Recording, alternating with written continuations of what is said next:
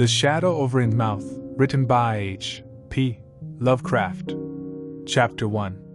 During the winter of 1927-28, officials of the federal government made a strange and secret investigation of certain conditions in the ancient Massachusetts seaport of Innsmouth. The public first learned of it in February, when a vast series of raids and arrests occurred, followed by the deliberate burning and dynamiting under suitable precautions of an enormous number of crumbling, worm-eaten, and supposedly empty houses along the abandoned waterfront. Uninquiring souls let this occurrence pass as one of the major clashes in a spasmodic war on liquor.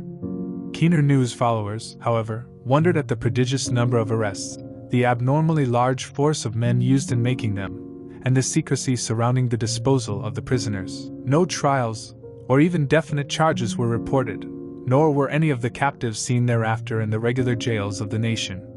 There were vague statements about disease and concentration camps, and later about dispersal in various naval and military prisons, but nothing positive ever developed. Innsmouth itself was left almost depopulated, and it is even now only beginning to show signs of a sluggishly revived existence. Complaints from many liberal organizations were met with long confidential discussions, and representatives were taken on trips to certain camps and prisons. As a result, these societies became surprisingly passive and reticent. Newspaper men were harder to manage, but seemed largely to cooperate with the government in the end. Only one paper, a tabloid always discounted because of its wild policy, mentioned the deep-diving submarine that discharged torpedoes downward in the marine abyss just beyond Devil Reef. That item, gathered by chance in a haunt of sailors, seemed indeed rather far-fetched, since the low, black reef lay a full mile and a half out from Innsmouth harbor. People around the country and in the nearby towns muttered a great deal among themselves, but said very little to the outer world. They had talked about dying and half-deserted Innsmouth for nearly a century, and nothing new could be wilder or more hideous than what they had whispered and hinted at years before. Many things had taught them secretiveness, and there was no need to exert pressure on them. Besides, they really knew little, for wide salt marshes, desolate and unpeopled, kept neighbors off from Innsmouth on the landward side. But at last I am going to defy the ban on speech about this thing. Results, I am certain, are so thorough that no public harm save a shock of repulsion could ever accrue from a hinting of what was found by those horrified men at Innsmouth. Besides, what was found might possibly have more than one explanation. I do not know just how much of the whole tale has been told even to me, and I have many reasons for not wishing to probe deeper. For my contact with this affair has been closer than that of any other layman, and I have carried away impressions which are yet to drive me to drastic measures. It was I who fled frantically out of Innsmouth in the early morning hours of July 16, 1927, and whose frightened appeals for government inquiry and action brought on the whole reported episode. I was willing enough to stay mute while the affair was fresh and uncertain. But now that it is an old story, with public interest and curiosity gone, I have an odd craving to whisper about those few frightful hours in that ill-rumored and evilly shadowed seaport of death and blasphemous abnormality. The mere telling helps me to restore confidence in my own faculties, to reassure myself that I was not the first to succumb to a contagious nightmare hallucination. It helps me, too, in making up my mind regarding a certain terrible step which lies ahead of me. I never heard of Innsmouth till the day before I saw it for the first, and so far last time. I was celebrating my coming of age by a tour of New England sightseeing, antiquarian, and genealogical, and had planned to go directly from ancient Newburyport to Arkham, whence my mother's family was derived. I had no car, but was traveling by train, trolley and motor coach, always seeking the cheapest possible route. In Newburyport they told me that the steam train was the thing to take to Arkham, and it was only at the station ticket office, when I demurred at the high fare, that I learned about Innsmouth. The stout, shrewd-faced agent, whose speech shewed him to be no local man, seemed sympathetic toward my efforts at economy, and made a suggestion that none of my other informants had offered. "You could take that old bus, I suppose?" he said with a certain hesitation. "But it ain't thought much of hereabouts. It goes through Innsmouth, you may have heard about that, and so the people don't like it. Run by an Innsmouth fellow Joe Sargent, but never gets any custom from here, or Arkham either, I guess. Wonder it keeps running at all. I suppose it's cheap enough, but I never see more 'n 2 or 3 people in it, nobody but those Innsmouth folk. Leaves the square front of Hammond's drugstore at 10 a.m. and 7 p.m. unless they've changed lately. Looks like a terrible rattle trap. I've never been on it. That was the first I ever heard of shadowed Innsmouth. Any reference to a town not shown on common maps or listed in recent guidebooks would have interested me, and the agent's odd manner of allusion roused something like real curiosity. A town able to inspire such dislike in its neighbors, I thought, must be at least rather unusual, and worthy of a tourist's attention. If it came before Arkham, I would stop off there, and so I asked the agent to tell me something about it. He was very deliberate, and spoke with an air of feeling slightly superior to what he said. Innsmouth? Well, it's a queer kind of a town down at the mouth of the Monnoxet. Used to be almost a city, quite a port before the War of 1812, but all gone to pieces in the last 100 years or so. No railroad now. B&M never went through, and the branch line from Rowley was given up years ago. More empty houses than there are people, I guess, and no business to speak of except fishing and lobstering. Everybody trades mostly either here or in Arkham or Ipswich. Once they had quite a few mills, but nothing's left now except one gold refinery running on the leanest kind of part-time. That refinery, though, used to be a big thing. An old man Marsh, who owns it, must be richer and Croesus. Queer old duck, though, and sticks mighty close in his home. He's supposed to have developed some skin disease or deformity late in life that makes him keep out of sight. Grandson of Captain Obed Marsh, who founded the business. His mother seems to have been some kind of foreigner, they say a South Sea Islander, so everybody raised Cain when he married an Ipswich girl 50 years ago.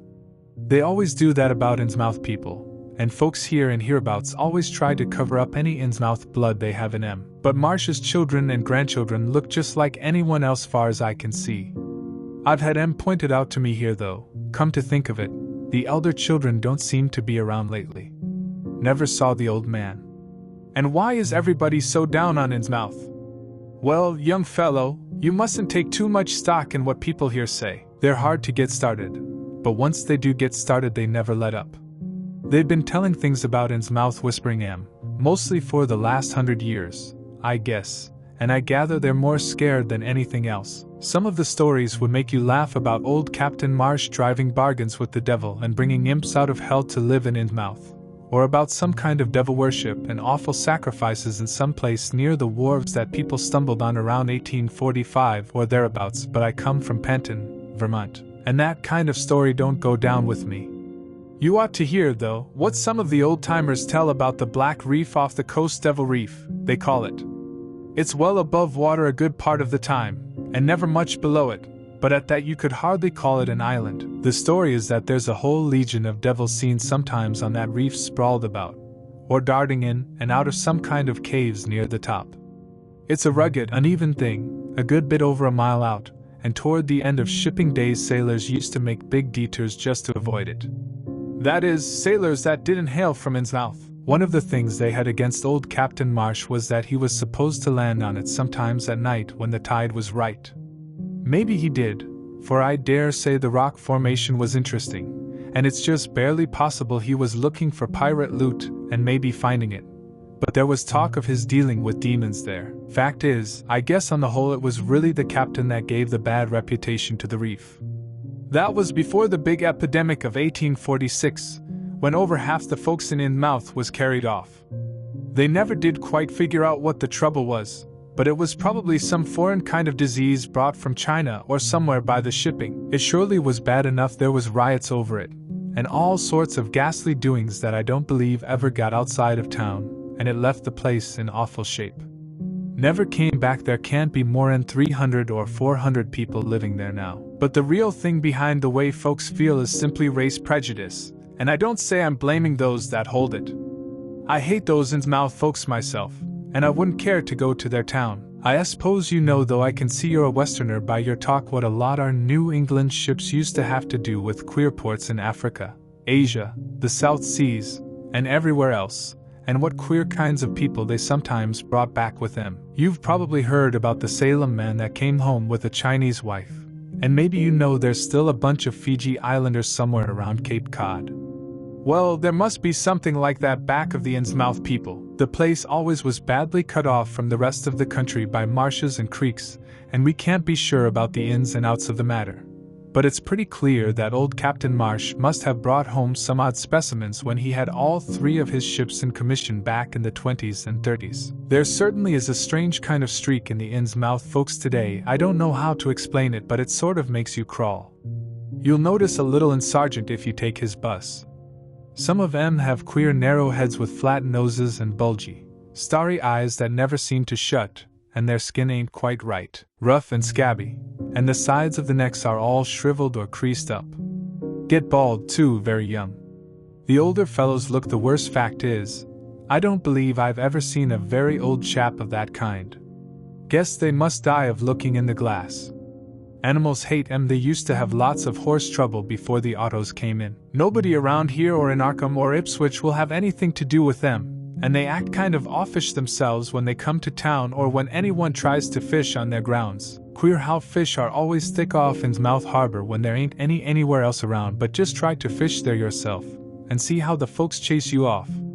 Those people used to come here on the railroad walking and taking the train at Rowley after the branch was dropped, but now they use that bus. Yes, there's a hotel in Innsmouth called the Gilman House, but I don't believe it can amount to much. I wouldn't advise you to try it. Better stay over here and take the 10 o'clock bus tomorrow morning. Then you can get an evening bus there for Arkham at 8 o'clock. There was a factory inspector who stopped at the Gilman a couple of years ago, and he had a lot of unpleasant hints about the place. Seems they get a queer crowd there, for this fellow heard voices in other rooms, though most of them was empty. That gave him the shivers. It was foreign talk, he thought, but he said the bad thing about it was the kind of voice that sometimes spoke. It sounded so unnatural, slopping like. He said that he didn't dare undress and go to sleep. Just waited up and lit out the first thing in the morning. The talk went on most all night. This fellow Casey, his name was, had a lot to say about how the Innsmouth folk watched him and seemed kind of on guard. He found the Marsh refinery a queer place. It's in an old mill on the lower falls of the Monuxet. What he said tallied up with what I'd heard. Books in bad shape, and no clear account of any kind of dealings. You know, it's always been a kind of mystery where the Marshes get the gold they refine. They've never seemed to do much buying in that line, but years ago they shipped out an enormous lot of ingots. Used to be talk of a queer foreign kind of jewelry that the sailors and refinery men sometimes sold on the sly, or that was seen once or twice on some of the Marsh women folks. People allowed maybe old Captain Obed traded for it in some heathen port, especially since he always ordered stacks of glass beads and trinkets such as seafaring men used to get for native trade. Others thought and still think he'd found an old pirate cache out on Devil Reef. But here's a funny thing. The old captain's been dead these 60 years, and there's ain't been a good-sized ship out of the place since the Civil War. But just the same, the Marshes still keep on buying a few of those native trade things, mostly glass and rubber gewgaws, they tell me. Maybe the Innsmouth folks like 'em to look at themselves. God knows they've gotten to be about as bad as South Sea cannibals and Guinea savages. That plague of '46 must have taken off the best blood in the place. Anyway, they're a doubtful lot now, and the Marshes and other rich folks are as bad as any. As I told you, there probably ain't more'n 400 people in the whole town in spite of all the streets they say there are. I guess they're what they call white trash down south, lawless and sly, and full of secret things. They get a lot of fish and lobsters and do exporting by truck. Queer how the fish swarm right there and nowhere else. Nobody can ever keep track of these people, and state school officials and census men have a devil of a time. You can bet that prying strangers ain't welcome around Innsmouth. I've heard personally of more'n one business or government man that's disappeared there, and there's loose talk of one who went crazy and is out at Danvers now. They must have fixed up some awful scare for that fellow. That's why I wouldn't go at night if I was you. I've never been there and have no wish to go, but I guess a daytime trip couldn't hurt you, even though the people hereabouts will advise you not to make it. If you're just sightseeing and looking for old-time stuff, Innsmouth ought to be quite a place for you. And so I spent part of that evening at the Newburyport Public Library looking up data about Innsmouth. When I had tried to question the natives in the shops, the lunchroom, the garages, and the fire station, I had found them even harder to get started than the ticket agent had predicted, and realized that I could not spare the time to overcome their first instinctive reticence. They had a kind of obscure suspiciousness, as if there was something amiss with anyone too much interested in Innsmouth. At the Y.M.C.A., Where I was stopping, the clerk merely discouraged my going to such a dismal, decadent place, and the people at the library shewed much the same attitude. Clearly, in the eyes of the educated, Innsmouth was merely an exaggerated case of civic degeneration. The Essex County histories on the library shelves had very little to say, except that the town was founded in 1643, noted for shipbuilding before the Revolution, a seat of great marine prosperity in the early 19th century, and later a minor factory center using the monoxide as power. The epidemic and riots of 1846 were very sparsely treated, as if they formed a discredit to the county. References to decline were few, though the significance of the later record was unmistakable. After the Civil War, all industrial life was confined to the Marsh Refining Company, and the marketing of gold ingots formed the only remaining bit of major commerce aside from the eternal fishing. That fishing paid less and less as the price of the commodity fell and large-scale corporations offered competition, but there was never a dearth of fish around Innsmouth harbor. Foreigners seldom settled there, and there was some discreetly veiled evidence that a number of Poles and Portuguese who had tried it had been scattered in a peculiarly drastic fashion. Most interesting of all was a glancing reference to the strange jewelry vaguely associated with Innsmouth. It had evidently impressed the whole countryside more than a little, for mention was made of specimens in the Museum of Miskatonic University at Arkham, and in the display room of the Newburyport Historical Society. The fragmentary descriptions of these things were bald and prosaic, but they hinted to me an undercurrent of persistent strangeness. Something about them seemed so odd and provocative that I could not put them out of my mind, and despite the relative lateness of the hour I resolved to see the local sample said to be a large, queerly proportioned thing evidently meant for a tiara if it could possibly be arranged. The librarian gave me a note of introduction to the curator of the society, a Miss Anna Tilton, who lived nearby, and after a brief explanation that ancient gentlewoman was kind enough to pilot me into the closed building, since the hour was not outrageously late. The collection was a notable one indeed, but in my present mood I had eyes for nothing but the bizarre object which glistened in a corner cupboard under the electric lights. It took no excessive sensitiveness to beauty to make me literally gasp at the strange, unearthly splendor of the alien, opulent fantasy that rested there on a purple velvet cushion. Even now I can hardly describe what I saw, though it was clearly enough a sort of tiara. As the description had said, it was tall in front, and with a very large and curiously irregular periphery, as if designed for a head of almost freakishly elliptical outline.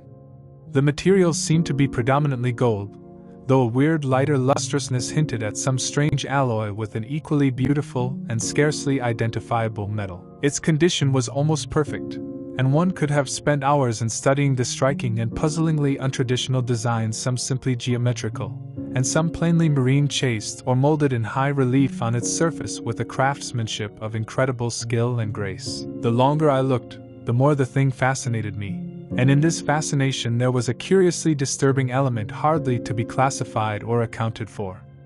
At first I decided that it was the queer otherworldly quality of the art which made me uneasy. All other art objects I had ever seen either belonged to some known racial or national stream, or else were consciously modernistic defiances of every recognized stream. This tiara was neither. It clearly belonged to some settled technique of infinite maturity and perfection, yet that technique was utterly remote from any Eastern or Western, ancient or modern which I had ever heard of or seen exemplified. It was as if the workmanship were that of another planet. However, I soon saw that my uneasiness had a second and perhaps equally potent source residing in the pictorial and mathematical suggestion of the strange designs. The patterns all hinted of remote secrets and unimaginable abysses in time and space, and the monotonously aquatic nature of the reliefs became almost sinister. Among these reliefs were fabulous monsters of abhorrent grotesqueness and malignity, half ichthyaic and half batrachian in suggestion, which one could not dissociate from a certain haunting and uncomfortable sense of pseudo-memory, as if they called up some image from deep cells and tissues whose retentive functions are wholly primal and awesomely ancestral. At times I fancied that every contour of these blasphemous fish frogs was overflowing with the ultimate quintessence of unknown and inhuman evil. In odd contrast to the tiara's aspect was its brief and prosy history as related by Miss Tilton. It had been pawned for a ridiculous sum at a shop in State Street in 1873, by a drunken Innsmouth man shortly afterward killed in a brawl. The society had acquired it directly from the pawnbroker, at once giving it a display worthy of its quality. It was labeled as of probable East Indian or Indo-Chinese provenance, though the attribution was frankly tentative.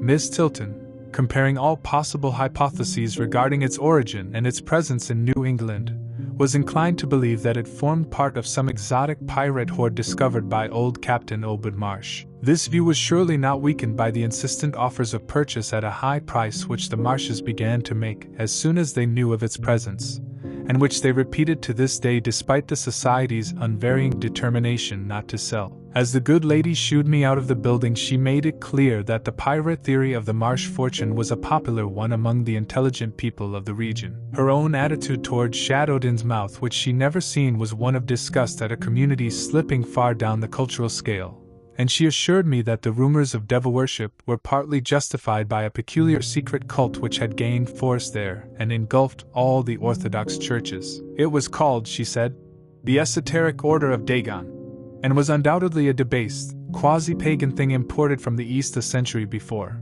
at a time when the Innsmouth fisheries seemed to be going barren. Its persistence among a simple people was quite natural in view of the sudden and permanent return of abundantly fine fishing, and it soon came to be the greatest influence in the town, replacing Freemasonry altogether and taking up headquarters in the old Masonic Hall on New Church Green. All this, to the pious Miss Tilton, formed an excellent reason for shunning the ancient town of decay and desolation, but to me it was merely a fresh incentive. To my architectural and historical anticipations was now added an acute anthropological zeal, and I could scarcely sleep in my small room at the Y as the night wore away. Chapter 2. Shortly before 10 the next morning I stood with one small valise in front of Hammond's drugstore in Old Market Square waiting for the Innsmouth bus. As the hour for its arrival drew near, I noticed a general drift of the loungers to other places up the street, or to the ideal lunch across the square. Evidently the ticket agent had not exaggerated the dislike which local people bore toward Innsmouth and its denizens. In a few moments a small motor coach of extreme decrepitude and dirty gray color rattled down State Street, made a turn, and drew up at the curb beside me. I felt immediately that it was the right one, a guess which the half-illegible sign on the windshield Arkham Innsmouth Newburyport soon verified. There were only 3 passengers, dark, unkempt men of sullen visage and somewhat youthful cast, and when the vehicle stopped they clumsily shambled out and began walking up State Street in a silent, almost furtive fashion. The driver also alighted, and I watched him as he went into the drug store to make some purchase. This, I reflected, must be the Joe Sargent mentioned by the ticket agent, and even before I noticed any details there spread over me a wave of spontaneous aversion which could be neither checked nor explained. It suddenly struck me as very natural that the local people should not wish to ride on a bus owned and driven by this man, or to visit any oftener than possible the habitat of such a man and his kinsfolk. When the driver came out of the store I looked at him more carefully and tried to determine the source of my evil impression. He was a thin, stoop-shouldered man not much under 6 feet tall, dressed in shabby blue civilian clothes and wearing a frayed golf cap. His age was perhaps 35, but the odd, deep creases in the sides of his neck made him seem older when one did not study his dull, expressionless face. He had a narrow head, bulging, watery blue eyes that seemed never to wink, a flat nose, a receding forehead and chin, and singularly undeveloped ears. His long, thick lip and coarse-pored, grayish cheeks seemed almost beardless except for some sparse yellow hairs that straggled and curled in irregular patches, and in places the surface seemed queerly irregular, as if peeling from some cutaneous disease. His hands were large and heavily veined, and had a very unusual grayish-blue tinge. The fingers were strikingly short in proportion to the rest of the structure, and seemed to have a tendency to curl closely into the huge palm. As he walked toward the bus I observed his peculiarly shambling gait, and saw that his feet were inordinately immense. The more I studied them the more I wondered how he could buy any shoes to fit them. A certain greasiness about the fellow increased my dislike. He was evidently given to working or lounging around the fish docks, and carried with him much of their characteristic smell. Just what foreign blood was in him I could not even guess. His oddities certainly did not look Asiatic, Polynesian, Levantine or Negroid, yet I could see why the people found him alien. I myself would have thought of biological degeneration rather than alienage. I was sorry when I saw there would be no other passengers on the bus.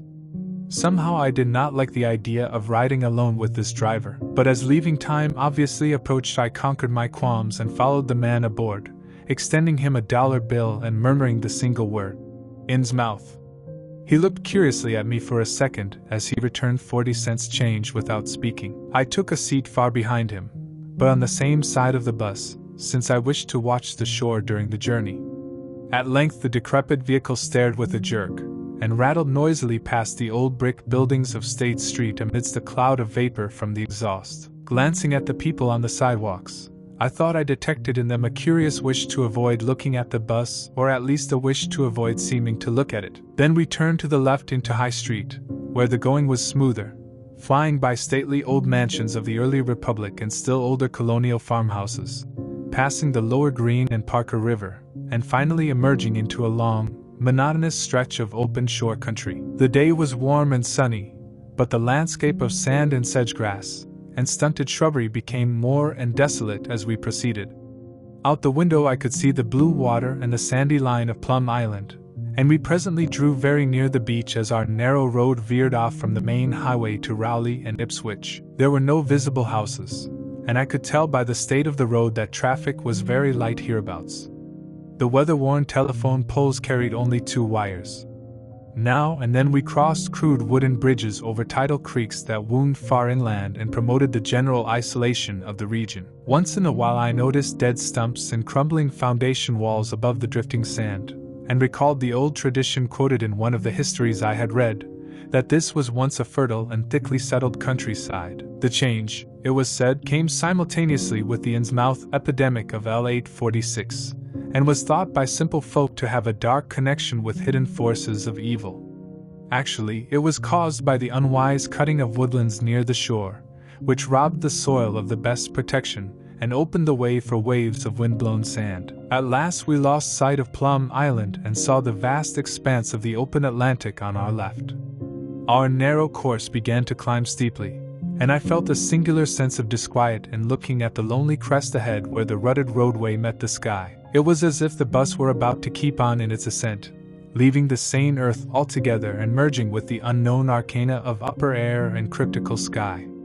The smell of the sea took on ominous implications, and the silent driver's bent, rigid back and narrow head became more and more hateful. As I looked at him I saw that the back of his head was almost as hairless as his face, having only a few straggling yellow strands upon a gray scabrous surface. Then we reached the crest and beheld the outspread valley beyond, where the Monoxid joins the sea just north of the long line of cliffs that culminate in Kingsport Head and veer off toward Cape Pen. On the far misty horizon I could just make out the dizzy profile of the head, topped by the queer ancient house of which so many legends are told, but for the moment all my attention was captured by the nearer panorama just below me. I realized, come face to face with rumor-shadowed Innsmouth. It was a town of wide extent and dense construction, yet one with a portentous dearth of visible life. From the tangle of chimney pots scarcely a wisp of smoke came, and the 3 tall steeples loomed stark and unpainted against the seaward horizon. One of them was crumbling down at the top, and in that and another there were only black gaping holes where clock dials should have been. The vast huddle of sagging gambrel roofs and peaked gables conveyed with offensive clearness the idea of wormy decay, and as we approached along the now descending road I could see that many roofs had wholly caved in. There were some large square Georgian houses, too, with hipped roofs, cupolas, and railed widows' walks. These were mostly well back from the water, and 1 or 2 seemed to be in moderately sound condition.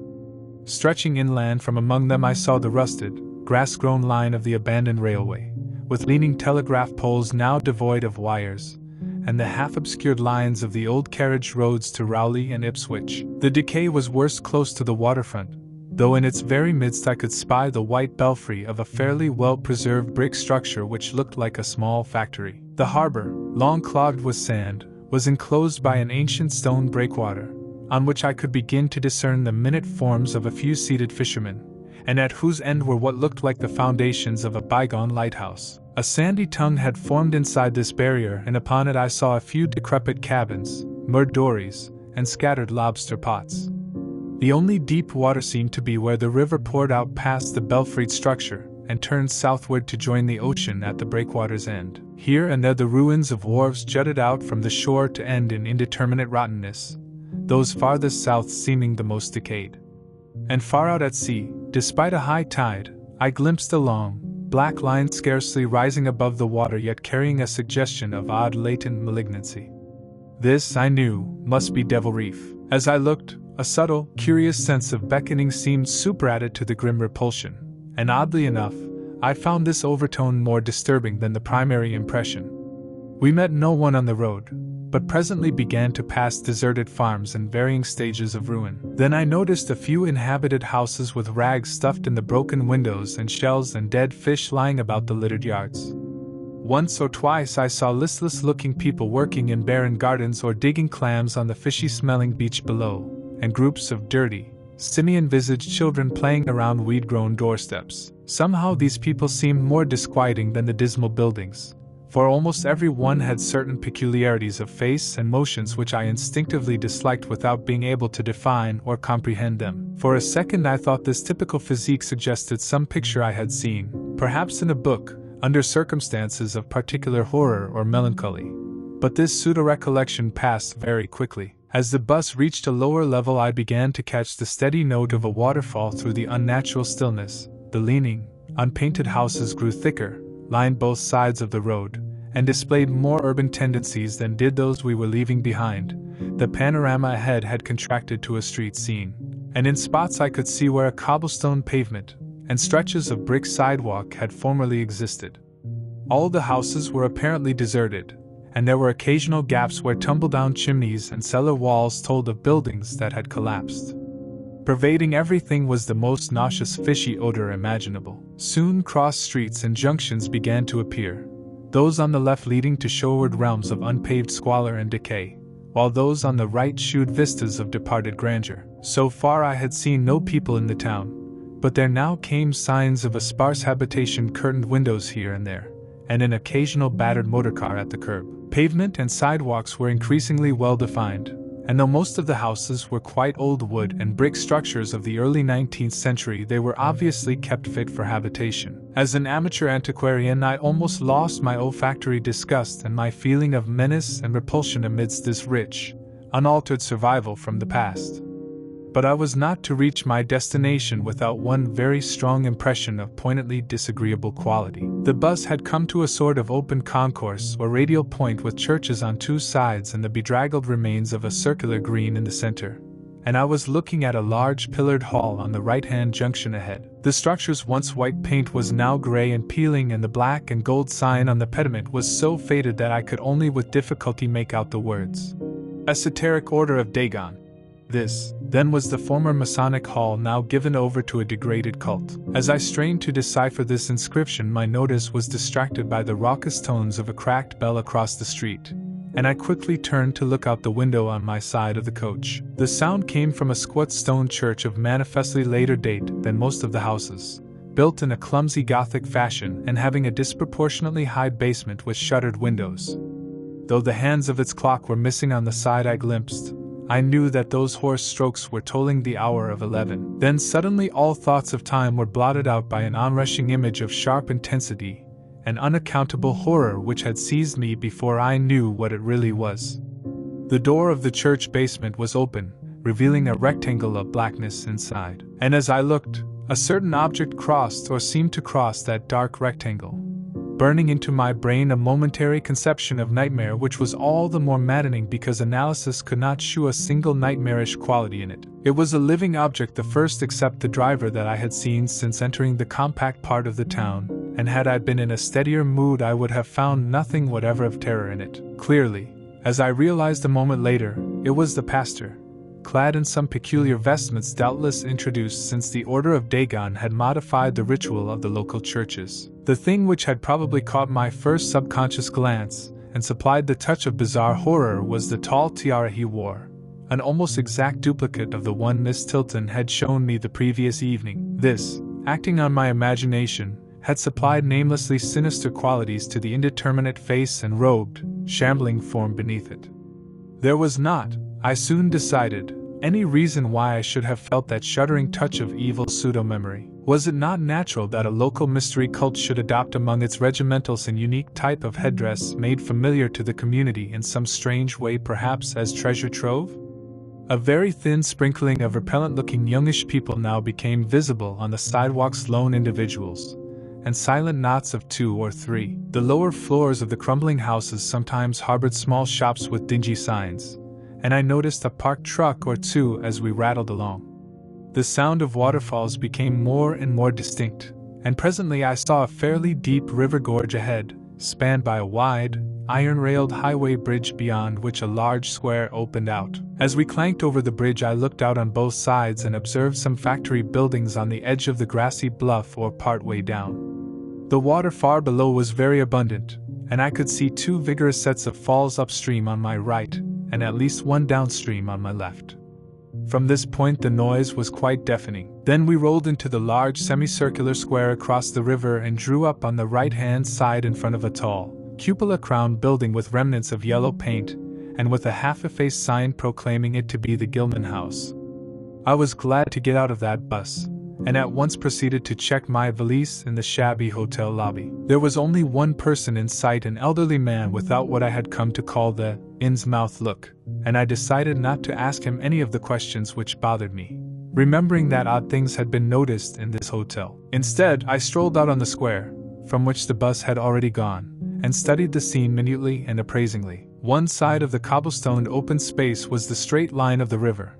The other was a semicircle of slant-roofed brick buildings of about the 1800 period, from which several streets radiated away to the southeast, south, and southwest. Lamps were depressingly few and small, all low-powered incandescents, and I was glad that my plans called for departure before dark, even though I knew the moon would be bright. The buildings were all in fair condition, and included perhaps a dozen shops in current operation, of which one was a grocery of the first national chain, others a dismal restaurant, a drugstore, and a wholesale fish dealer's office, and still another, at the eastward extremity of the square near the river, an office of the town's only industry, the Marsh Refining Company. There were perhaps 10 people visible, and 4 or 5 automobiles and motor trucks stood scattered about. I did not need to be told that this was the civic center of Innsmouth. Eastward I could catch blue glimpses of the harbor, against which rose the decaying remains of 3 once beautiful Georgian steeples. And toward the shore on the opposite bank of the river I saw the white belfry surmounting what I took to be the Marsh Refinery. For some reason or other I chose to make my first inquiries at the chain grocery, whose personnel was not likely to be native to Innsmouth. I found a solitary boy of about 17 in charge, and was pleased to note the brightness and affability which promised cheerful information. He seemed exceptionally eager to talk, and I soon gathered that he did not like the place, its fishy smell, or its furtive people. A word with any outsider was a relief to him. He hailed from Arkham, boarded with a family who came from Ipswich, and went back whenever he got a moment off. His family did not like him to work in Innsmouth, but the chain had transferred him there, and he did not wish to give up his job. There was, he said, no public library or chamber of commerce in Innsmouth, but I could probably find my way about. The street I had come down was Federal. West of that were the fine old residence streets Broad, Washington, Lafayette, and Adams, and east of it were the shoreward slums. It was in these slums along Main Street that I would find the old Georgian churches, but they were all long abandoned. It would be well not to make oneself too conspicuous in such neighborhoods, especially north of the river, since the people were sullen and hostile. Some strangers had even disappeared. Certain spots were almost forbidden territory, as he had learned at considerable cost. One must not, for example, linger much around the Marsh Refinery, or around any of the still-used churches, or around the pillared order of Dagon Hall at New Church Green. Those churches were very odd, all violently disavowed by their respective denominations elsewhere, and apparently using the queerest kind of ceremonials and clerical vestments. Their creeds were heterodox and mysterious, involving hints of certain marvelous transformations leading to bodily immorality of a sort on this earth. The youth's own pastor, Dr. Wallace of Asbury M.E. Church in Arkham, had gravely urged him not to join any church in Innsmouth. As for the Innsmouth people, the youth hardly knew what to make of them. They were as furtive and seldom seen as animals that live in burrows, and one could hardly imagine how they passed the time apart from their desultory fishing. Perhaps judging from the quantities of bootleg liquor they consumed, they lay for most of the daylight hours in an alcoholic stupor. They seemed sullenly banded together in some sort of fellowship and understanding, despising the world as if they had access to other and preferable spheres of entity. Their appearance, especially those staring, unwinking eyes which one never saw shut, was certainly shocking enough, and their voices were disgusting. It was awful to hear them chanting in their churches at night, and especially during their main festivals or revivals, which fell twice a year on April 30th and October 31st. They were very fond of the water, and swam a great deal in both river and harbor. Swimming races out to Devil Reef were very common, and everyone in sight seemed well able to share in this arduous sport. When one came to think of it, it was generally only rather young people who were seen about in public, and of these the oldest were apt to be the most tainted-looking. When exceptions did occur, they were mostly persons with no trace of aberrancy, like the old clerk at the hotel. One wondered what became of the bulk of the older folk, and whether the Innsmouth look were not a strange and insidious disease phenomenon which increased its hold as years advanced. Only a very rare affliction, of course, could bring about such vast and radical anatomical changes in a single individual after maturity, changes invoking osseous factors as basic as the shape of the skull. But then, even this aspect was no more baffling and unheard of than the visible features of the malady as a whole. It would be hard, the youth implied, to form any real conclusions regarding such a matter, since one never came to know the natives personally, no matter how long one might live in Innsmouth. The youth was certain that many specimens even worse than the worst visible ones were kept locked indoors in some places. People sometimes heard the queerest kind of sounds. The tottering waterfront hovels north of the river were reputedly connected by hidden tunnels, being thus a veritable warren of unseen abnormalities. What kind of foreign blood, if any, these beings had, it was impossible to tell. They sometimes kept certain especially repulsive characters out of sight when government and others from the outside world came to town. It would be of no use, my informant said, to ask the natives anything about the place. The only one who would talk was a very aged but normal-looking man who lived at the poorhouse on the north rim of the town, and spent his time walking about or lounging around the fire station. This hoary character, Zadok Allen, was 96 years old and somewhat touched in the head. Besides being the town drunkard, he was a strange, furtive creature who constantly looked over his shoulder as if afraid of something, and when sober could not be persuaded to talk at all with strangers. He was, however, unable to resist any offer of his favorite poison, and once drunk would furnish the most astonishing fragments of whispered reminiscence. After all, though, little useful data could be gained from him, since his stories were all insane, incomplete hints of impossible marvels and horrors which could have no source save in his own disordered fancy. Nobody ever believed him, but the natives did not like him to drink and talk with strangers, and it was not always safe to be seen questioning him. It was probably from him that some of the wildest popular whispers and delusions were derived. Several non-native residents had reported monstrous glimpses from time to time, but between old Zadok's tales and the malformed inhabitants it was no wonder such illusions were current. None of the non-natives ever stayed out late at night, there being a widespread impression that it was not wise to do so. Besides, the streets were loathsomely dark. As for business, the abundance of fish was certainly almost uncanny, but the natives were taking less and less advantage of it. Moreover, prices were falling and competition was growing. Of course, the town's real business was the refinery, whose commercial office was on the square only a few doors east of where we stood. Old Man Marsh was never seen, but sometimes went to the works in a closed, curtained car. There were all sorts of rumors about how Marsh had come to look. He had once been a great dandy, and people said he still wore the frock-coated finery of the Edwardian age curiously adapted to certain deformities.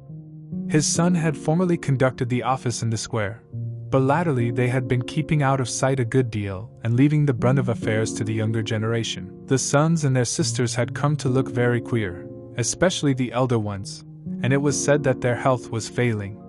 One of the Marsh daughters was a repellent, reptilian-looking woman who wore an excess of weird jewelry clearly of the same exotic tradition as that to which the strange tiara belonged. My informant had noticed it many times, and had heard it spoken of as coming from some secret horde, either of pirates or of demons. The clergymen or priests, or whatever they were called nowadays, also wore this kind of ornament as a headdress, but one seldom caught glimpses of them. Other specimens the youth had not seen, though many were rumored to exist around Innsmouth. The Marshes, together with the other 3 gently bred families of the town, the Waits, the Gilmans, and the Elliots, were all very retiring. They lived in immense houses along Washington Street, and several were reputed to harbor in concealment certain living kinsfolk whose personal aspect forbade public view, and whose deaths had been reported and recorded. Warning me that many of the street signs were down, the youth drew for my benefit a rough but ample and painstaking sketch map of the town's salient features. After a moment's study, I felt sure that it would be of great help, and pocketed it with profuse thanks. Disliking the dinginess of the single restaurant I had seen, I bought a fair supply of cheese, crackers, and ginger wafers to serve as a lunch later on. My program, I decided, would be to thread the principal streets, talk with any non-natives I might encounter, and catch the 8 o'clock coach for Arkham. The town, I could see, formed a significant and exaggerated example of communal decay. But being no sociologist, I would limit my serious observations to the field of architecture. Thus I began my systematic though half-bewildered tour of Innsmouth's narrow, shadow-blighted ways. Crossing the bridge and turning toward the roar of the lower falls, I passed close to the Marsh refinery, which seemed to be oddly free from the noise of industry. The building stood on the steep river bluff near a bridge in an open confluence of streets which I took to be the earliest civic center, displaced after the Revolution by the present town square. Recrossing the gorge on the Main Street Bridge, I struck a region of utter desertion which somehow made me shudder. Collapsing huddles of gambrel roofs formed the jagged and fantastic skyline, above which rose the ghoulish, decapitated steeple of an ancient church. Some houses along Main Street were tenanted, but most were tightly boarded up. Down unpaved side streets I saw the black, gaping windows of deserted hovels, many of which leaned at perilous and incredible angles through the sinking of part of the foundations. Those windows stared so spectrally that it took courage to turn eastward toward the waterfront. Certainly, the terror of a deserted house swells in geometrical rather than arithmetical progression as houses multiplied to form a city of stark desolation. The sight of such endless avenues of fishy-eyed vacancy and death, and the thought of such linked infinities of black, brooding compartments given over to cobwebs and memories and the conqueror worm, start up vestigial fears and aversions that not even the stoutest philosophy can disperse. Fish Street was as deserted as Main, though it differed in having many brick and stone warehouses still in excellent shape. Water Street was almost its duplicate, save that there were great seaward gaps where wharves had been. Not a living thing did I see except for the scattered fishermen on the distant breakwater, and not a sound did I hear save the lapping of the harbor tides and the roar of the falls in the Monoxet. The town was getting more and more on my nerves, and I looked behind me furtively as I picked my way back over the tottering Water Street Bridge. The Fish Street Bridge, according to the sketch, was in ruins. North of the river there were traces of squalid life, active fish packing houses in Water Street, smoking chimneys and patched roofs here and there, occasional sounds from indeterminate sources, and infrequent shambling forms in the dismal streets and unpaved lanes, but I seemed to find this even more oppressive than the southerly desertion. For one thing, the people were more hideous and abnormal than those near the center of the town, so that I was several times evilly reminded of something utterly fantastic which I could not quite place. Undoubtedly the alien strain in the Innsmouth folk was stronger here than farther inland, unless, indeed, the Innsmouth look were a disease rather than a blood stain, in which case this district might be helped to harbor the more advanced cases. One detail that annoyed me was the distribution of the few faint sounds I heard. They ought naturally to have come wholly from the visibly inhabited houses, yet in reality were often strongest inside the most rigidly boarded-up facades. There were creakings, scurryings, and hoarse, doubtful noises, and I thought uncomfortably about the hidden tunnels suggested by the grocery boy. Suddenly I found myself wondering what the voices of those denizens would be like. I had heard no speech so far in this quarter, and was unaccountably anxious not to do so. Pausing only long enough to look at two fine but ruinous old churches at Main and Church Streets, I hastened out of that vile waterfront slum. My next logical goal was New Church Green, but somehow or other I could not bear to repass the church in whose basement I had glimpsed the inexplicably frightening form of that strangely diademed priest or pastor. Besides, the grocery youth had told me that churches, as well as the Order of Dagon Hall, were not advisable neighborhoods for strangers. Accordingly, I kept north along Main to Martin, then turning inland, crossing Federal Street safely north of the Green, and entering the decayed patrician neighborhood of Northern Broad, Washington, Lafayette, and Adams Streets. Though these stately old avenues were ill-surfaced and unkempt, their elm-shaded dignity had not entirely departed. Mansion after mansion claimed my gaze, most of them decrepit and boarded up amidst neglected grounds, but one or two in each street shewing signs of occupancy. In Washington Street there was a row of 4 or 5 in excellent repair and with finely tended lawns and gardens. The most sumptuous of these, with wide terraced parterres extending back the whole way to Lafayette Street, I took to be the home of Old Man Marsh, the afflicted refinery owner. In all these streets no living thing was visible, and I wondered at the complete absence of cats and dogs from Innsmouth. Another thing which puzzled and disturbed me, even in some of the best preserved mansions, was the tightly shuttered condition of many third-story and attic windows. Furtiveness and secretiveness seemed universal in this hushed city of alienage and death, and I could not escape the sensation of being watched from ambush on every hand by sly, staring eyes that never shut. I shivered as the cracked stroke of 3 sounded from a belfry on my left. Too well did I recall the squat church from which those notes came.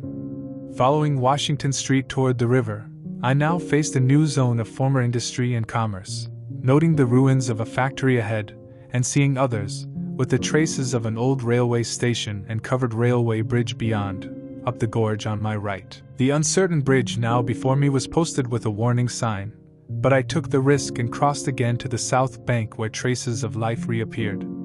Furtive, shambling creatures stared cryptically in my direction, and more normal faces eyed me coldly and curiously. Innsmouth was rapidly becoming intolerable, and I turned down Payne Street toward the square in the hope of getting some vehicle to take me to Arkham before the still distant starting time of that sinister bus. It was then that I saw the tumble-down fire station on my left, and noticed the red-faced, bushy-bearded, watery-eyed old man in nondescript rags who sat on a bench in front of it talking with a pair of unkempt but not abnormal-looking firemen. This, of course, must be Zadok Allen, the half-crazed, licorice nonagenarian whose tales of old Innsmouth and its shadow were so hideous and incredible. Chapter 3. It must have been some imp of the perverse, or some sardonic pull from dark, hidden sources which made me change my plans as I did. I had long before resolved to limit my observations to architecture alone, and I was even then hurrying toward the square in an effort to get quick transportation out of this festering city of death and decay.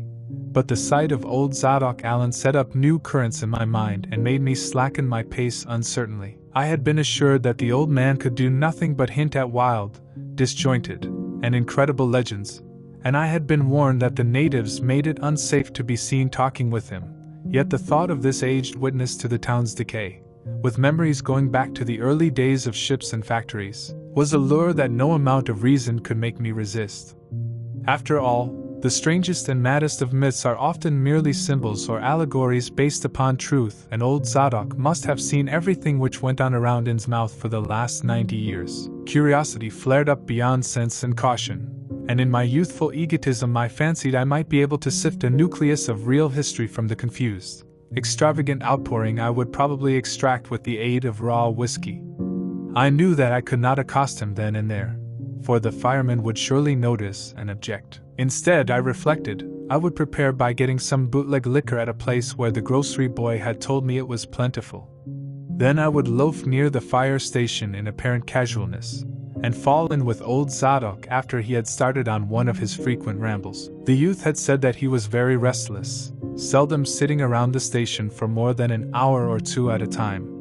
A quart bottle of whiskey was easily, though not cheaply, obtained in the rear of a dingy variety store just off the square in Elliott Street. The dirty-looking fellow who waited on me had a touch of the staring, Innsmouth look, but was quite civil in his way, being perhaps used to the custom of such convivial strangers, truckmen, gold buyers, and the like as were occasionally in town. Re-entering the square, I saw that luck was with me, for shuffling out of Payne Street around the corner of the Gilman house I glimpsed nothing less than the tall, lean, tattered form of old Zadok Allen himself. In accordance with my plan, I attracted his attention by brandishing my newly purchased bottle, and soon realized that he had begun to shuffle wistfully after me as I turned into Waite Street on my way to the most deserted region I could think of. I was steering my course by the map the grocery boy had prepared, and was aiming for the wholly abandoned stretch of southern waterfront which I had previously visited. The only people in sight there had been the fishermen on the distant breakwater, and by going a few squares south I could get beyond the range of these, finding a pair of seats on some abandoned wharf and being free to question old Zadok unobserved for an indefinite time. Before I reached Main Street I could hear a faint and wheezy "Hey, mister!" behind me, and I presently allowed the old man to catch up and take copious pulls from the quart bottle. I began putting out feelers as we walked amidst the omnipresent desolation and crazily tilted ruins, but found that the aged tongue did not loosen as quickly as I had expected. At length I saw a grass-grown opening toward the sea between crumbling brick walls, with the weedy length of an earthen masonry wharf projecting beyond.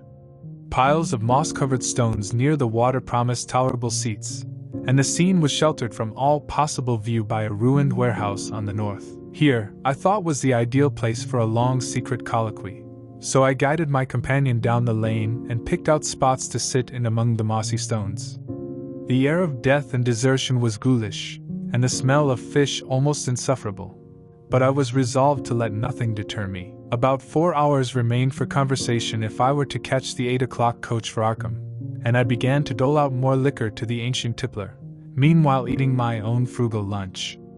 In my donations I was careful not to overshoot the mark, for I did not wish Zadok's vinous garrulousness to pass into a stupor. After an hour his furtive taciturnity shewed signs of disappearing, but much to my disappointment he still sidetracked my questions about Innsmouth and its shadow-haunted past.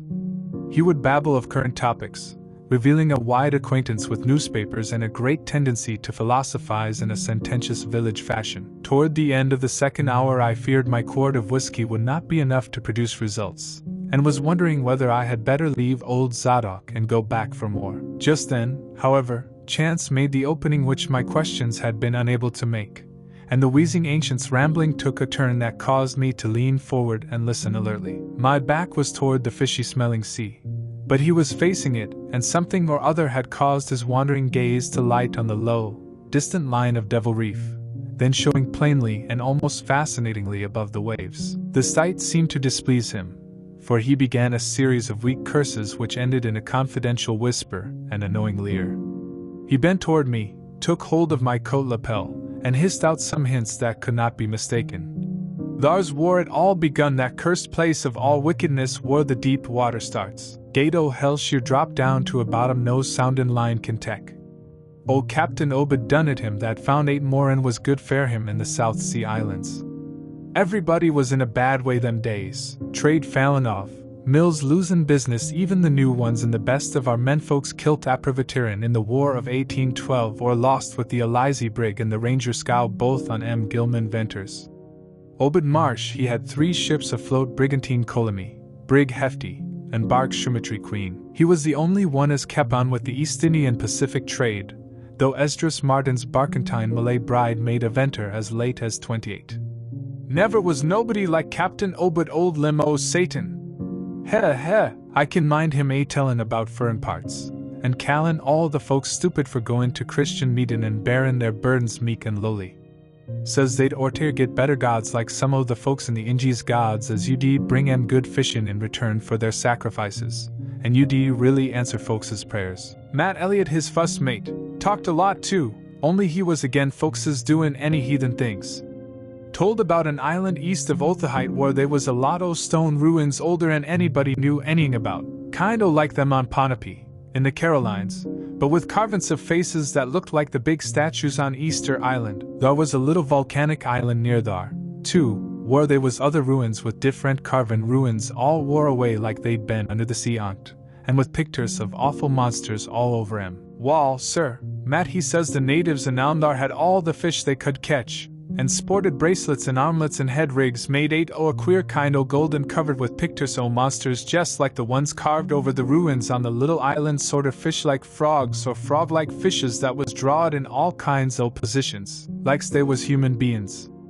Nobody could get 8 o' them where they got all the stuff, and all the other natives wondered how they managed to find fish in plenty even when the very next island had lean pickings. Mad he got to one errand too, and so did Captain Obed. Obed he notices, besides, that lots of the some young folks drop 80 sight fair good from year to year, and that they want many old folks around. Also, he thinks some of the folks looked in queer even for Kanakys. It took Obed to get the truth 80 them heathen. I don't know how he done it, but be begun by trade and fair the gold-like things they wore. Astm where they come from, and ef they could get more, and finally wormed the story 80 the old chief, Wallachia, they called him. Nobody but Obed ever believe the old yeller devil, but the captain could read folks like they was books. Nobody never believes me now when I tell em, and I don't suppose you will.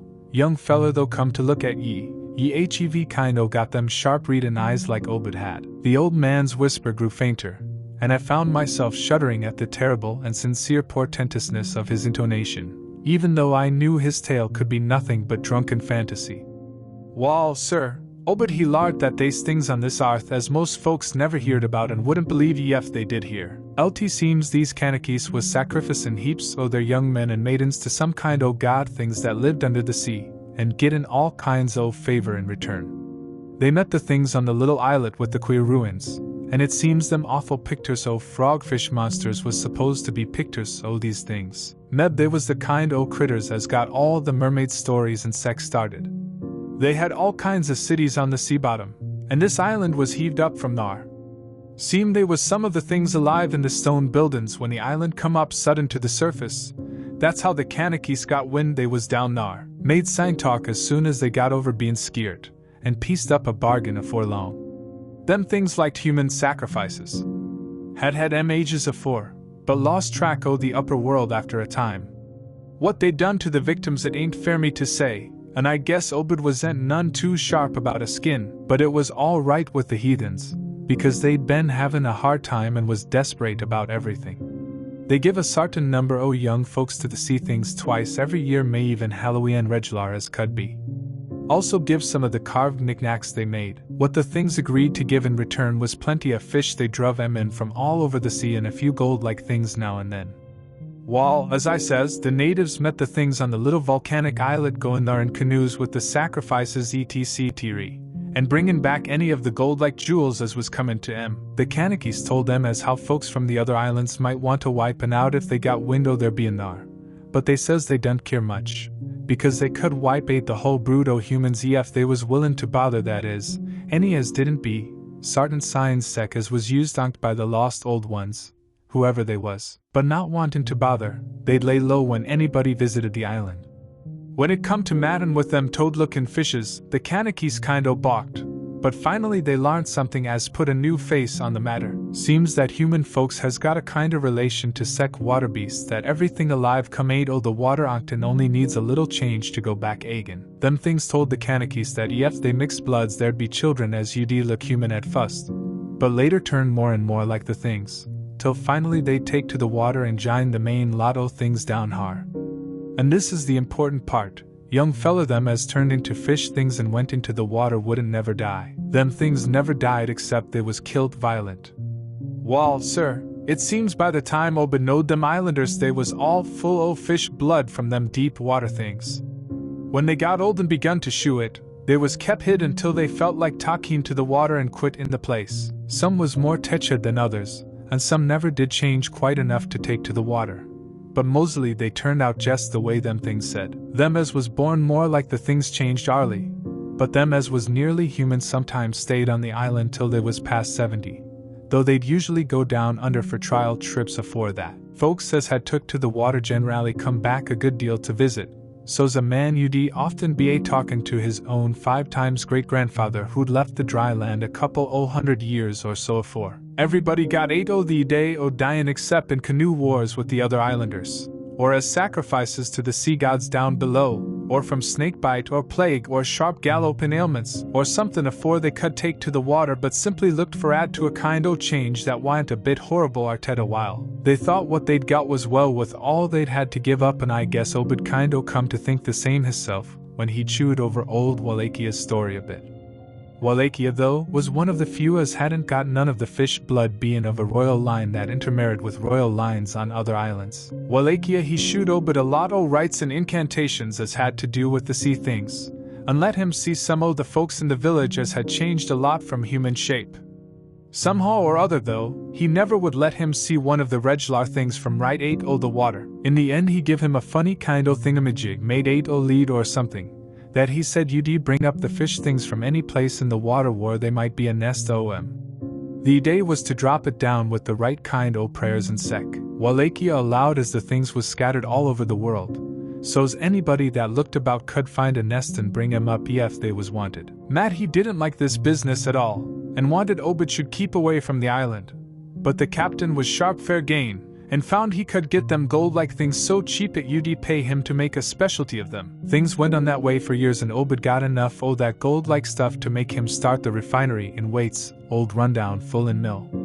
He didn't dast sell the pieces like they was, for folks you'd be all the time askin' questions. All the same his crews you'd get a piece and dispose of it now and then, even though they was swore to keep quiet, and he let his women folks wear some o' the pieces as was more human-like than most.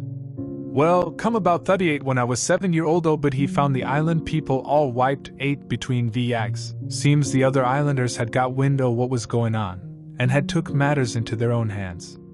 S'pose they must 'a' had. After all, them old magic signs as the sea things says was the only things they was afeard of. No tellin' what any o' them canakies will chance to get a holt of when the sea bottom throws up some island with ruins older than the deluge. Pious cusses, these was they didn't leave nothin' standin' on either the main island or the little volcanic islet except what parts of the ruins was too big to knock down. In some places they was little stones strewed about like charms with somethin' on 'em like what ye call a swastika nowadays. Probably them was the old one's signs. Folks all wiped ate no trace o' no gold-like things, and none the nearby canakies you'd breathe a word about the matter. Wouldn't even admit they'd ever been any people on that island. That naturally hit Obed pretty hard, seein' as his normal trade was doin' very poor.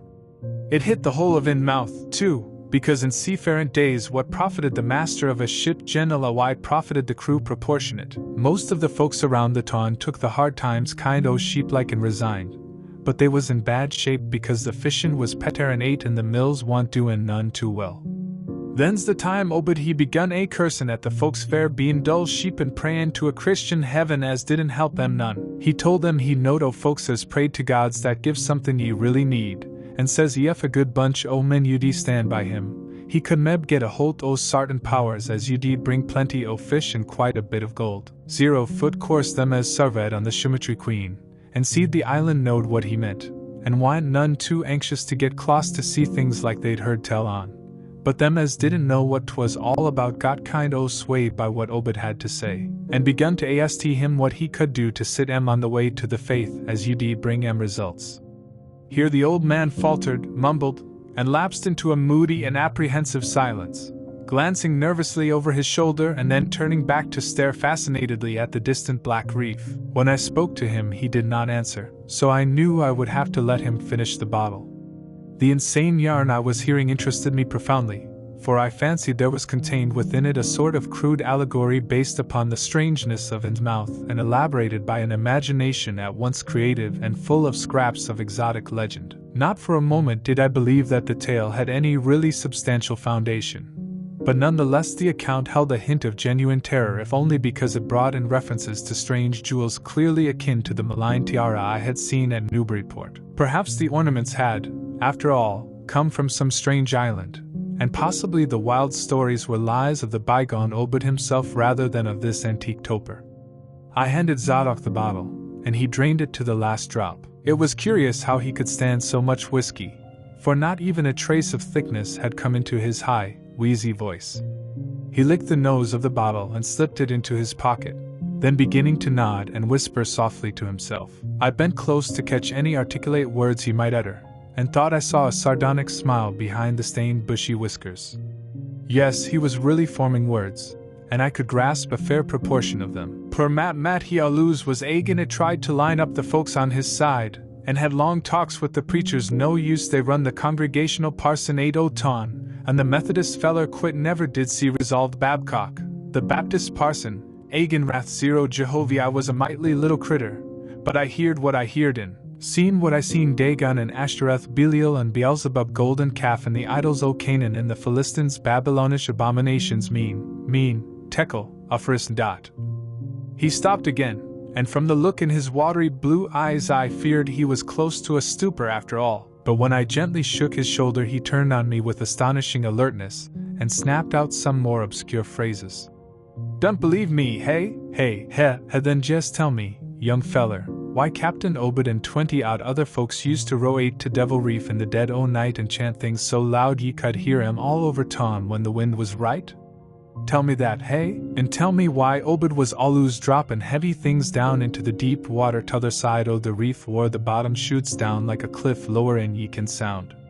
Tell me what he done with that funny-shaped lead thingamajig as well ake ye give him? Hey boy!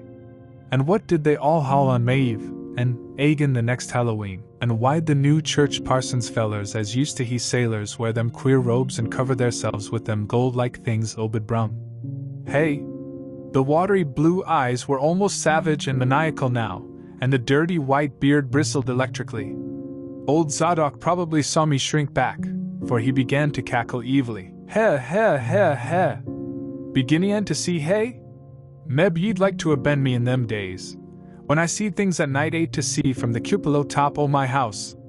Oh, I can tell ye little pictures hev big ears, and I wa'n't missin' nothin' o' what was gossiped about Captain Obed and the folks 8 to the reef. Heh. How about the night I took my pa's ship's glass up to the cupola and seed the reef bristlin' thick with shapes that dove off quick soon's the moon riz. Obed and the folks was in a dory, but them shapes dove off the far side into the deep water and never come up. How'd you like to be a little shaver alone up in a cupola watchin' shapes as wa'n't human shapes? Heh. The old man was getting hysterical, and I began to shiver with a nameless alarm. He laid a gnarled claw on my shoulder, and it seemed to me that its shaking was not altogether that of mirth. S'pose one night he seed something heavy heaved off in Obed's dory beyond the reef, and then learned next day a young feller was missin' from home. Hey! Did anybody ever see hide or hair o' Hiram Gilman Agin? Did they? And Nick Pierce, and Lully Waite, and Adoniram Southwick, and Henry Garrison, hey? Heh. Shapes talkin' sign language with their hands, them as had real hands. Wall, sir, that was the time Obed begun to get on his feet agin. Folks see his 3 darters wearin' gold-like things as nobody never see on 'em afore, and smoke stared comin' 8 o' the refinry chimbly. Other folks was prosperin', 2 fish begun to swarm into the harbor fit to kill, and heaven knows what sized cargoes we begun to ship 8 to New Brideport, Arkham, and Boston. 'Twas then Obed got the Old Branch Railroad put through. Some Kingsport fishermen heerd about the catch and come up in sloops, but they was all lost. Nobody never see 'em agin.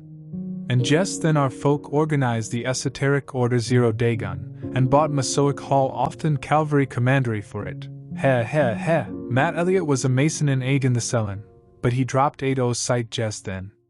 Remember, I ain't sayin' Obed was set on heaven things just like they was on that Kanaki Isle. I don't think he aimed at fuss to do no mixin', nor raise no young guns to take to the water and turn into fishes with eternal life. He wanted them gold things, and was willin' to pay heavy, and I guess the others was satisfied fair a while. Come in 46 the town done some lookin' and thinkin' fair itself.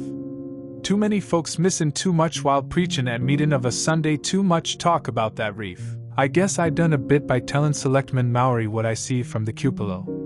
There was a party one night as follered Obed's crowd 8 to the reef, and I heerd shots betwixt the dories.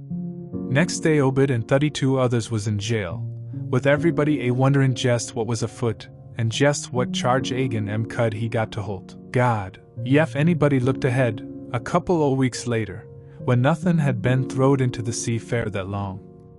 Zadok was shewing signs of fright and exhaustion, and I let him keep silence for a while, though glancing apprehensively at my watch. The tide had turned and was coming in now, and the sound of the waves seemed to arouse him. I was glad of that tide, for at high water the fishy smell might not be so bad.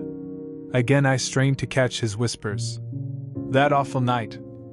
I seed 'em. I was up in the cupola, hordes of 'em, swarms of 'em, all over the reef and swimming up the harbor into the Monexit. God, what happened in the streets of Innsmouth that night? They rattled our door, but Pa wouldn't open. Then he clum ate the kitchen winder with his musket to find Selectman Maury and see what he could do.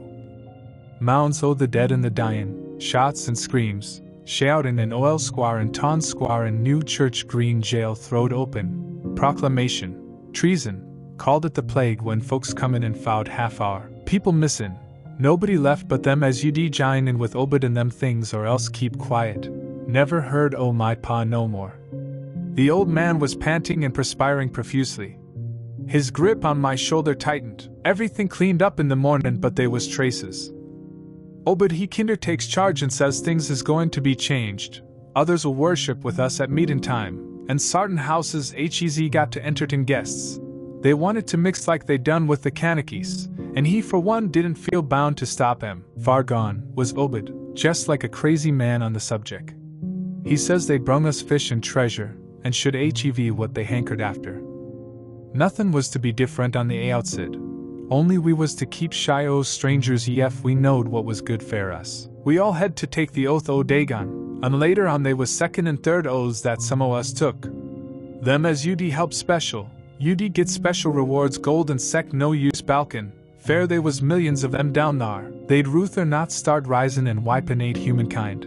But ef they was gave away and forced to, they could do a lot toward just that. We didn't hev them old charms to cut 'em off like folks in the South Sea did, and them Kanakis wouldn't never give away their secrets. Yield up enough sacrifices and savage knickknacks and harborage in the ton when they wanted it, and they'd let well enough alone. Wouldn't bother no strangers as might bear tales outside that is, without they got pryin', all in the band of the faithful Order 0-foot Dagon and the children should never die. But go back to the Mother Hydra and Father Dagon what we all come from aunt. Aye. Cthulhu Ftain. Phingli mglw naf Cthulhu Relio Gunagilftaga. Old Zadok was fast lapsing into stark raving, and I held my breath. Poor old soul, to what pitiful depths of hallucination had his liquor, plus his hatred of the decay, alienage, and disease around him, brought that fertile, imaginative brain? He began to moan now, and tears were coursing down his channeled checks into the depths of his beard. God, what I seen sanct I was 15-year-old mean teckle up Harson. The folks as was missin', and them as kilt theirselves, them as told things in Arkham or Ipswich or sec places was all called crazy. Like you're callin' me right now, but God, what I seen they'd a kilt me long ago fair what I know. Only I took the fust and second oaths o' Dago often Obed, so was protected unless in a jury of 'em proved I told things knowin' and deliberate. But I wouldn't take the third oath, I'd a died ruther and take that. It got wuss around Civil War time, when children born sanct 46 begun to grow up some that is, I was afeard never did no pryin' arter that awful night, and never see one o' them close to in all my life. That is, never no full-blooded one. I went to the war, and ef I'd a had any guts or sense I'd a never come back, but settled away from here. But folks wrote me things weren't so bad. That, I suppose, was because government draft men was in ton arter 63.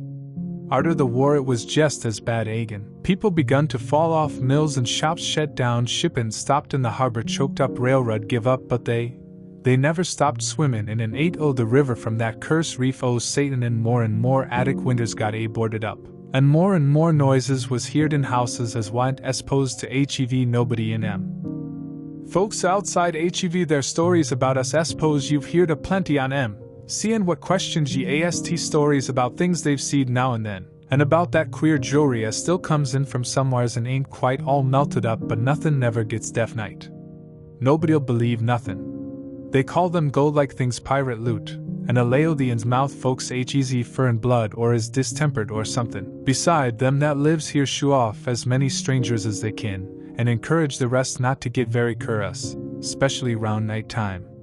Beasts balk at the critters' hosses wuss and mules, but when they got autos that was all right. In 46 Captain Obed took a second wife that nobody in the ton never see. Some says he didn't want to, but was made to by them as he'd called, and had 3 children by her, 2 as disappeared young. But one gal as looked like anybody else and was educated in Europe. Obed finally got her married off by a trick to an Arkham feller as didn't suspect nothin'. But nobody outside'll have nothin' to do with Innsmouth folks now. Barnabas Marsh that runs the refinery now is Obed's grandson by his first wife's son of Onesiphorus, his eldest son, but his mother was another o' them as one never seen outdoors. Right now Barnabas is about changed. Can't shut his eyes no more, and is all 8 shape. They say he still wears clothes, but he'll take to the water soon. Meb he's tried it already. They do sometimes go down for little spells afore they go down for good. Ain't been seed about in public fair nigh on 10 year. Don't know how his poor wife can feel she come from Ipswich, and they nigh lynched Barnabas when he courted her 50-odd year ago. Obed he died in 78 and all the next generation is gone now, the first wife's children dead, and the rest God knows. The sound of the incoming tide was now very insistent, and little by little it seemed to change the old man's mood from maudlin tearfulness to watchful fear. He would pause now and then to renew those nervous glances over his shoulder or out toward the reef, and despite the wild absurdity of his tale, I could not help beginning to share his apprehensiveness. Zadok now grew shriller, seemed to be trying to whip up his courage with louder speech. "Hey you, why don't ye say something? How do you like to he livin' in a town like this, with everything rotten and dyin', and boarded up monsters crawlin' and bleatin' and barkin' and hoppin' around black cellars and attics every way ye turn? Hey, how do you like to hear the howlin' night arter night from the churches and order 0-day gun hall, and know what's doin' part o' the howlin'? How do you like to hear what comes from that awful reef every May even Hallowmas? Hey, think the old man's crazy, eh? Wall, sir, let me tell you that ain't the wust." Zadok was really screaming now, and the mad frenzy of his voice disturbed me more than I care to own. "Curse ye, don't set thar staring at me with them eyes. I tell Obed Marsh he's in hell, and he got to stay thar. Heh, in hell, I says. Can't get me, I hain't done nothin' nor told nobody nothin'." "Oh, you young feller, wall, even if I hain't told nobody nothin' yet, I'm goin' to now. You just set still and listen to me, boy, this is what I ain't never told nobody. I says I didn't get to do pryin' arter that night, but I found things about just the same.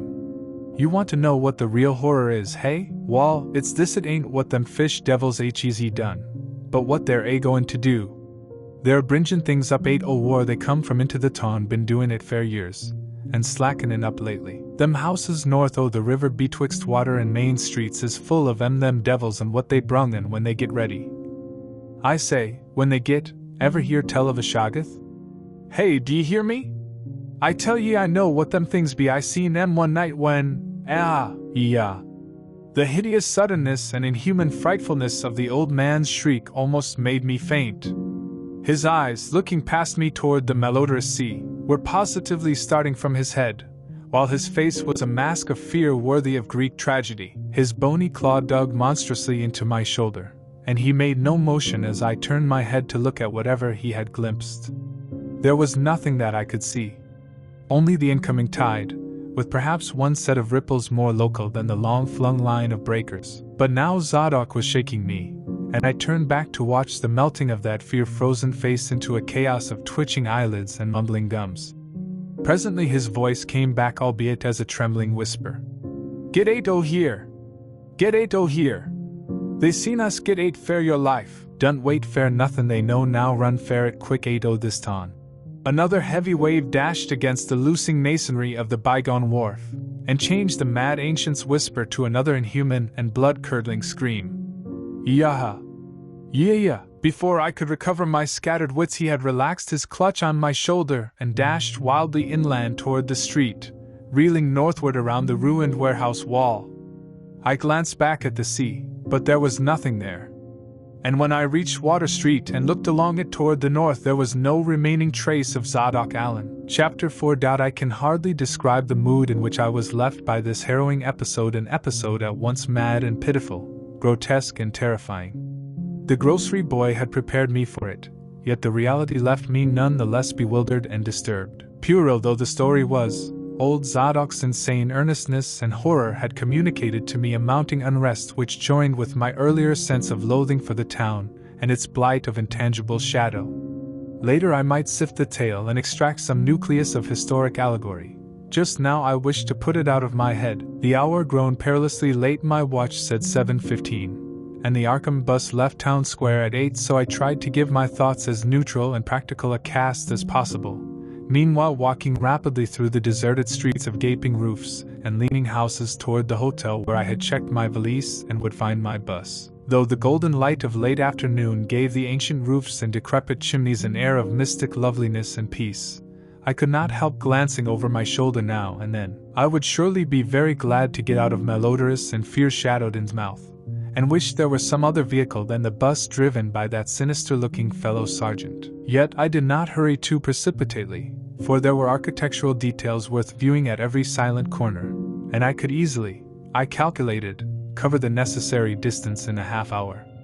Studying the grocery youth's map and seeking a route I had not traversed before, I chose Marsh Street instead of State for my approach to Town Square. Near the corner of Fall Street I began to see scattered groups of furtive whisperers, and when I finally reached the square I saw that almost all the loiterers were congregated around the door of the Gilman house. It seemed as if many bulging, watery, unwinking eyes looked oddly at me as I claimed my valise in the lobby, and I hoped that none of these unpleasant creatures would be my fellow passengers on the coach. The bus, rather early, rattled in with 3 passengers somewhat before 8, and an evil-looking fellow on the sidewalk muttered a few indistinguishable words to the driver. Sergeant threw out a mail bag and a roll of newspapers, and entered the hotel, while the passengers, the same men whom I had seen arriving in Newburyport that morning, shambled to the sidewalk and exchanged some faint guttural words with a loafer in a language I could have sworn was not English. I boarded the empty coach and took the seat I had taken before, but was hardly settled before Sergeant reappeared and began mumbling in a throaty voice of peculiar repulsiveness.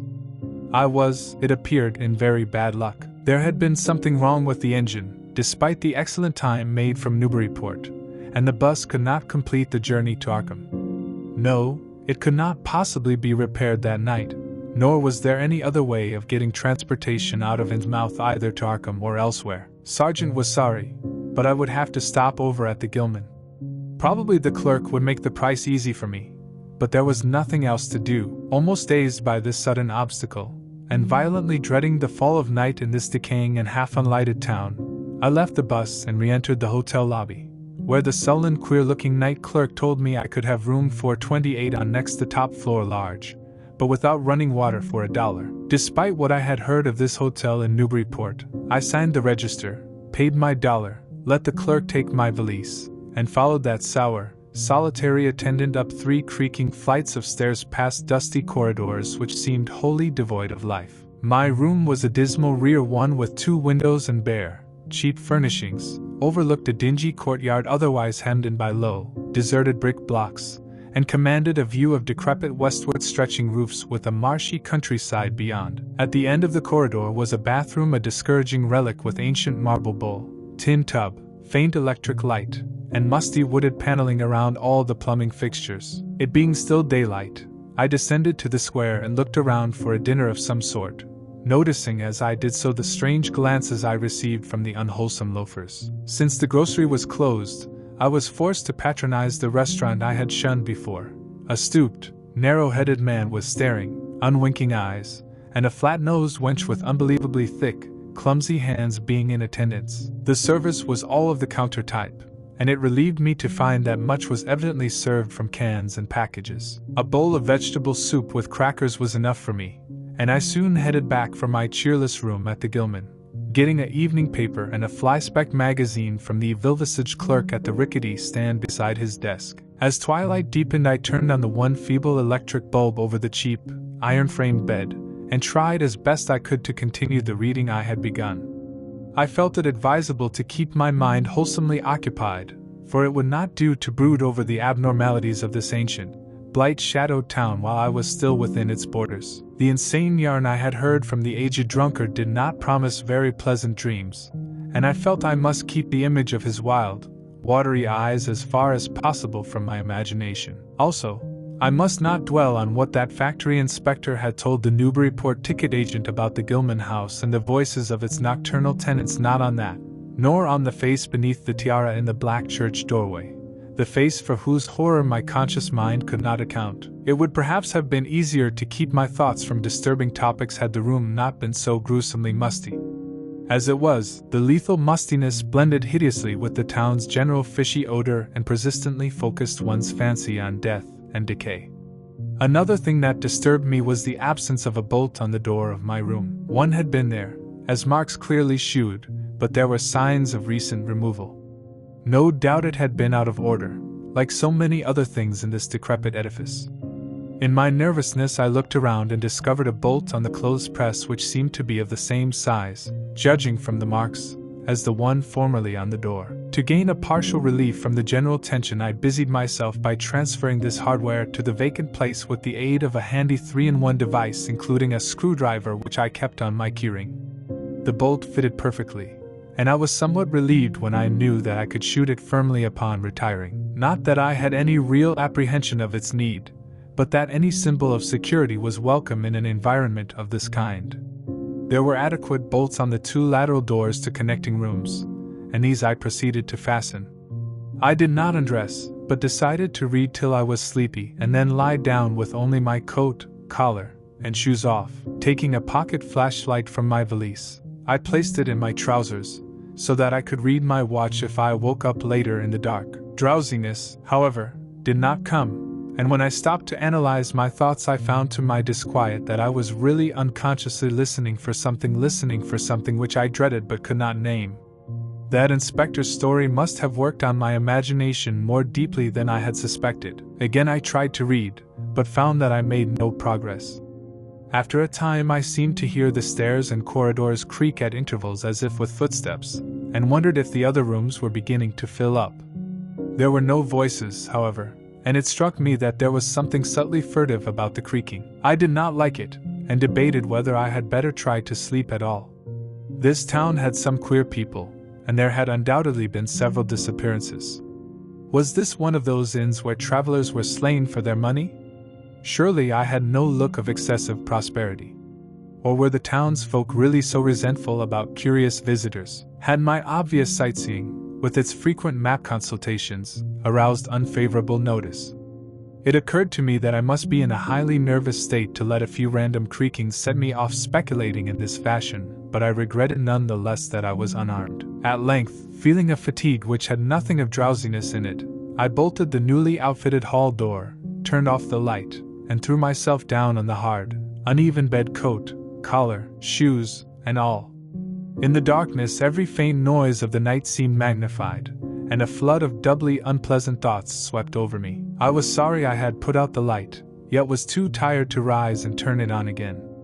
Then, after a long, dreary interval, and prefaced by a fresh creaking of stairs and corridor, there came that soft, damnably unmistakable sound which seemed like a malign fulfillment of all my apprehensions. Without the least shadow of a doubt, the lock of my door was being tried cautiously, furtively, tentatively with a key. My sensations upon recognizing this sign of actual peril were perhaps less rather than more tumultuous because of my previous vague fears. I had been, albeit without definite reason, instinctively on my guard, and that was to my advantage in the new and real crisis, whatever it might turn out to be. Nevertheless, the change in the menace from vague premonition to immediate reality was a profound shock, and fell upon me with the force of a genuine blow. It never once occurred to me that the fumbling might be a mere mistake.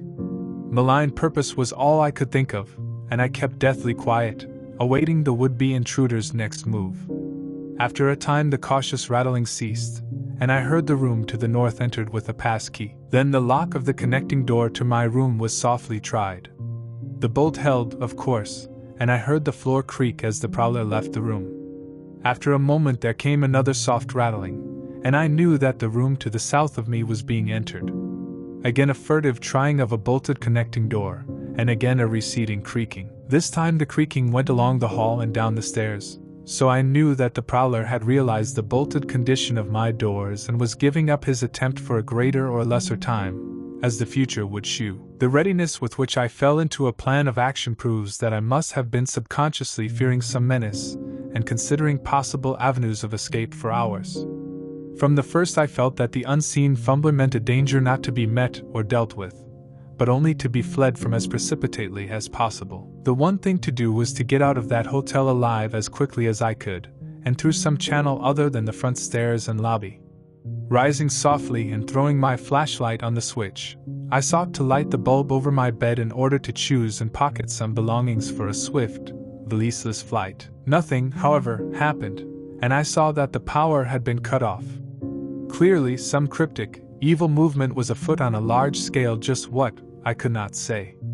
As I stood pondering with my hand on the now useless switch, I heard a muffled creaking on the floor below, and thought I could barely distinguish voices in conversation. A moment later I felt less sure that the deeper sounds were voices, since the apparent hoarse barkings and loose-syllabled croakings bore so little resemblance to recognized human speech.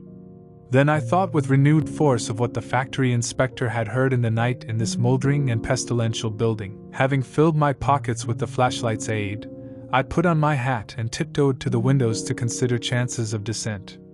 Despite the state's safety regulations, there was no fire escape on this side of the hotel, and I saw that my windows commanded only a sheer 3-story drop to the cobbled courtyard. On the right and left, however, some ancient brick business blocks abutted on the hotel, their slant roofs coming up to a reasonable jumping distance from my 4th-story level. To reach either of these lines of buildings I would have to be in a room 2 from my own, in one case on the north and in the other case on the south, and my mind instantly set to work what chances I had of making the transfer. I could not, I decided, risk an emergence into the corridor, where my footsteps would surely be heard, and where the difficulties of entering the desired room would be insuperable. My progress, if it was to be made at all, would have to be through the less solidly built connecting doors of the rooms, the locks and bolts of which I would have to force violently, using my shoulder as a battering ram whenever they were set against me. This, I thought, would be possible owing to the rickety nature of the house and its fixtures,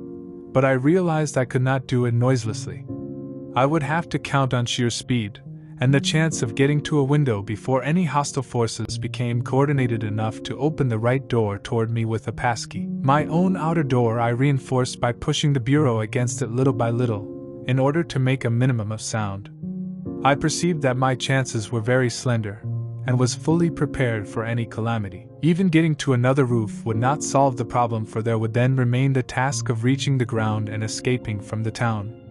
One thing in my favor was the deserted and ruinous state of the abutting building and the number of skylights gaping blackly open in each row. Gathering from the grocery boy's map that the best route out of town was southward, I glanced first at the connecting door on the south side of the room. It was designed to open in my direction, hence I saw after drawing the bolt and finding other fastening in place it was not a favorable one for forcing. Accordingly, abandoning it as a route, I cautiously moved the bedstead against it to hamper any attack which might be made on it later from the next room. The door on the north was hung to open away from me, and this, though a test proved it to be locked or bolted from the other side, I knew must be my route. If I could gain the roofs of the buildings in Payne Street and descend successfully to the ground level, I might perhaps dart through the courtyard and the adjacent or opposite building to Washington or Bates, or else emerge in Payne and edge around southward into Washington. In any case, I would aim to strike Washington somehow and get quickly out of the town square region.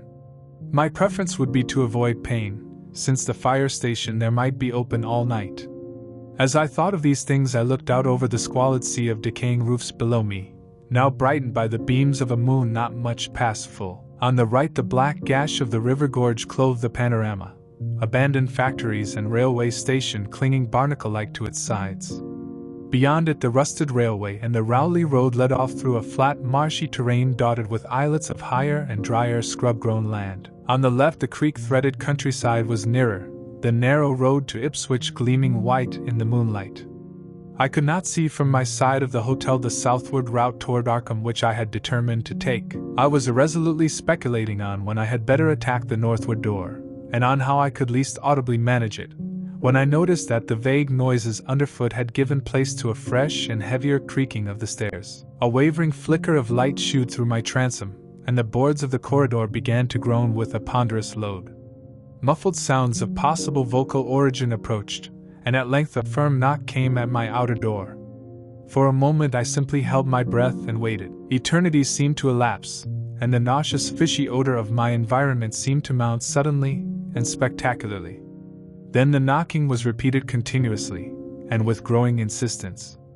I knew that the time for action had come, and forthwith drew the bolt of the northward connecting door, bracing myself for the task of battering it open. The knocking waxed louder, and I hoped that its volume would cover the sound of my efforts. At last, beginning my attempt, I lunged again and again at the thin paneling with my left shoulder, heedless of shock or pain. The door resisted even more than I expected, but I did not give in. And all the while the clamor at the outer door increased. Finally the connecting door gave, but with such a crash that I knew those outside must have heard. Instantly the outside knocking became a violent battering, while keys sounded ominously in the hall doors of the rooms on both sides of me. Rushing through the newly opened connection, I succeeded in bolting the northerly hall door before the lock could be turned. But even as I did so I heard the hall door of the third room, the one from whose window I had hoped to reach the roof below, being tried with a passkey. For an instant I felt absolute despair, since my trapping in a chamber with no window egress seemed complete. A wave of almost abnormal horror swept over me, and invested with a terrible but unexplainable singularity the flashlight glimpsed dust prints made by the intruder who had lately tried my door from this room. Then, with a dazed automatism which persisted despite hopelessness, I made for the next connecting door and performed the blind motion of pushing at it in an effort to get through, and granting that fastenings might be as providentially intact as in the second room, bolt the hall door beyond before the lock could be turned from outside. Sheer fortunate chance gave me my reprieve, for the connecting door before me was not only unlocked but actually ajar. In a second I was though, and had my right knee and shoulder against the hall door, which was visibly opening inward. My pressure took the opener off guard, for the thing shut as I pushed, so that I could slip the well-conditioned bolt as I had done with the other door. As I gained this respite I heard the battering at the two other doors abate, while a confused clatter came from the connecting door I had shielded with the bedstead. Evidently the bulk of my assailants had entered the southerly room and were massing in a lateral attack. But at the same moment a passkey sounded in the next door to the north, and I knew that a nearer peril was at hand. The northward connecting door was wide open, but there was no time to think about checking the already turning lock in the hall. All I could do was to shut and bolt the open connecting door, as well as its mate on the opposite side, pushing a bedstead against the one and a bureau against the other, and moving a washstand in front of the hall door. I saw, trust to such makeshift barriers to shield me till I could get out the window and on the roof of the Payne Street block. But even in this acute moment my chief horror was something apart from the immediate weakness of my defenses. I was shuddering because not one of my pursuers, despite some hideous panting, grunting, and subdued barkings at odd intervals, was uttering an unmuffled or intelligible vocal sound. As I moved the furniture and rushed toward the windows I heard a frightful scurrying along the corridor toward the room north of me, and perceived that the southward battering had ceased. Plainly, most of my opponents were about to concentrate against the feeble connecting door which they knew must open directly on me. Outside, the moon played on the ridgepole of the block below, and I saw that the jump would be desperately hazardous because of the steep surface on which I must land. Surveying the conditions, I chose the more southerly of the two windows as my avenue of escape, planning to land on the inner slope of the roof and make for the nearest skylight. Once inside one of the decrepit brick structures I would have to reckon with pursuit, but I hoped to descend and dodge in and out of yawning doorways along the shadowed courtyard, eventually getting to Washington Street and slipping out of town toward the south. The clatter at the northerly connecting door was now terrific, and I saw that the weak paneling was beginning to splinter. Obviously, the besiegers had brought some ponderous object into play as a battering ram. The bedstead, however, still held firm, so that I had at least a faint chance of making good my escape. As I opened the window I noticed that it was flanked by heavy velour draperies suspended from a pole by brass rings, and also that there was a large projecting catch for the shutters on the exterior. Seeing a possible means of avoiding the dangerous jump, I yanked at the hangings and brought them down, pole and all, then quickly hooking two of the rings in the shutter catch and flinging the drapery outside. The heavy folds reached fully to the abutting roof, and I saw that the rings and catch would be likely to bear my weight. So, climbing out of the window and down the improvised rope ladder, I left behind me forever the morbid and horror-infested fabric of the Gilman house. I landed safely on the loose slates of the steep roof, and succeeded in gaining the gaping black skylight without a slip. Glancing up at the window I had left, I observed it was still dark, though far across the crumbling chimneys to the north I could see lights ominously blazing in the Order of Dagon Hall, the Baptist Church, and the Congregational Church which I recalled so shiveringly. There had seemed to be no one in the courtyard below, and I hoped there would be a chance to get away before the spreading of a general alarm. Flashing my pocket lamp into the skylight, I saw that there were no steps down. The distance was slight, however, so I clambered over the brink and dropped, striking a dusty floor littered with crumbling boxes and barrels. The place was ghoulish looking, but I was past minding such impressions and made at once for the staircase revealed by my flashlight after a hasty glance at my watch, which shewed the hour to be 2 a.m. The steps creaked, but seemed tolerably sound, and I raced down past a barn-like second story to the ground floor. The desolation was complete, and only echoes answered my footfalls. At length I reached the lower hall, at the end of which I saw a faint luminous rectangle marking the ruined Payne Street doorway. Heading the other way, I found the back door also open, and darted out and down 5 stone steps to the grass-grown cobblestones of the courtyard. The moonbeams did not reach down here, but I could just see my way about without using the flashlight. Some of the windows on the Gilman house side were faintly glowing, and I thought I heard confused sounds within. Walking softly over to the Washington Street side, I perceived several open doorways, and chose the nearest as my route out. The hallway inside was black, and when I reached the opposite end I saw that the street door was wedged immovably shut. Resolved to try another building, I groped my way back toward the courtyard, but stopped short when close to the doorway. For out of an open door in the Gilman house a large crowd of doubtful shapes was pouring, lanterns bobbing in the darkness, and horrible croaking voices exchanging low cries in what was certainly not English. The figures moved uncertainly, and I realized to my relief that they did not know where I had gone, but for all that they sent a shiver of horror through my frame. Their features were indistinguishable, but their crouching, shambling gait was abominably repellent, and worst of all, I perceived that one figure was strangely robed, and unmistakably surmounted by a tall tiara of a design altogether too familiar. As the figures spread throughout the courtyard, I felt my fears increase. Suppose I could find no egress from this building on the street side? The fishy odor was detestable, and I wondered I could stand it without fainting. Again groping toward the street, I opened a door off the hall and came upon an empty room with closely shuttered but sashless windows. Fumbling in the rays of my flashlight, I found I could open the shutters, and in another moment had climbed outside and was fully closing the aperture in its original manner. I was now in Washington Street, and for the moment saw no living thing nor any light save that of the moon. From several directions in the distance, however, I could hear the sound of hoarse voices, of footsteps, and of a curious kind of pattering which did not sound quite like footsteps. Plainly I had no time to lose. The points of the compass were clear to me, and I was glad that all the street lights were turned off, as is often the custom on strongly moonlit nights in prosperous rural regions. Some of the sounds came from the south, yet I retained my design of escaping in that direction. There would, I knew, be plenty of deserted doorways to shelter me in case I met any person or group who looked like pursuers.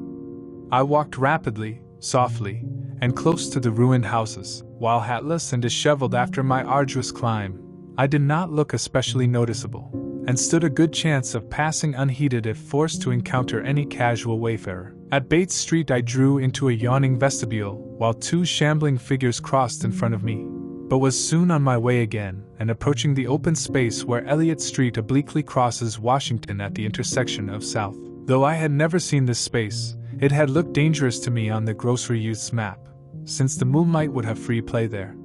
There was no use trying to evade it, for any alternative course would involve detours of possibly disastrous visibility and delaying effect. The only thing to do was to cross it boldly and openly, imitating the typical shamble of the Innsmouth folk as best I could, and trusting that no one, or at least no pursuer of mine, would be there. Just how fully the pursuit was organized, and indeed, just what its purpose might be, I could form no idea. There seemed to be unusual activity in the town, but I judged that the news of my escape from the Gilman had not yet spread. I would, of course, soon have to shift from Washington to some other southward street, for that party from the hotel would doubtless be after me. I must have left dust prints in that last old building, revealing how I had gained the street. The open space was, as I had expected, strongly moonlit, and I saw the remains of a park-like, iron-railed green in its center.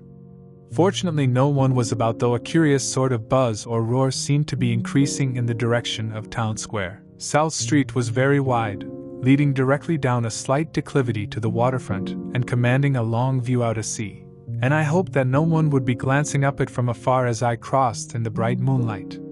My progress was unimpeded, and no fresh sound arose to hint that I had been spied. Glancing about me, I involuntarily let my pace slacken for a second to take in the sight of the sea, gorgeous in the burning moonlight at the street's end. Far out beyond the breakwater was the dim, dark line of Devil Reef, and as I glimpsed it I could not help thinking of all the hideous legends I had heard in the last 24 hours, legends which portrayed this ragged rock as a veritable gateway to realms of unfathomed horror and inconceivable abnormality. Then, without warning, I saw the intermittent flashes of light on the distant reef. They were definite and unmistakable, and awaked in my mind a blind horror beyond all rational proportion. My muscles tightened for panic flight, held in only by a certain unconscious caution and half-hypnotic fascination. And to make matters worse, there now flashed forth from the lofty cupola of the Gilman House, which loomed up to the northeast behind me, a series of analogous though differently spaced gleams which could be nothing less than an answering signal. Controlling my muscles, and realizing afresh how plainly visible I was, I resumed my brisker and faintly shambling pace, though keeping my eyes on that hellish and ominous reef as long as the opening of South Street gave me a seaward view. What the whole proceeding meant, I could not imagine, unless it involved some strange rite connected with Devil Reef, or unless some party had landed from a ship on that sinister rock. I now bent to the left around the ruinous green, still gazing toward the ocean as it blazed in the spectral summer moonlight, and watching the cryptical flashing of those nameless, unexplainable beacons. It was then that the most horrible impression of all was borne in upon me, the impression which destroyed my last vestige of self-control and sent me running frantically southward past the yawning black doorways and fishily staring windows of that deserted nightmare street. For at a closer glance I saw that the moonlit waters between the reef and the shore were far from empty. They were alive with a teeming horde of shapes swimming inward toward the town, and even at my vast distance, and in my single moment of perception, I could tell that the bobbing heads and flailing arms were alien and aberrant in a way scarcely to be expressed or consciously formulated. My frantic running ceased before I had covered a block, for at my left I began to hear something like the hue and cry of organized pursuit. There were footsteps and guttural sounds, and a rattling motor wheezed south along Federal Street. In a second all my plans were utterly changed, for if the southward highway were blocked ahead of me, I must clearly find another egress from Innsmouth. I paused and drew into a gaping doorway, reflecting how lucky I was to have left the moonlit open space before these pursuers came down the parallel street. A second reflection was less comforting. Since the pursuit was down another street, it was plain that the party was not following me directly. It had not seen me, but was simply obeying a general plan of cutting off my escape. This, however, implied that all roads leading out of Innsmouth were similarly patrolled, for the people could not have known what route I intended to take. If this were so, I would have to make my retreat across country away from any road. But how could I do that in view of the marshy and creek-riddled nature of all the surrounding region?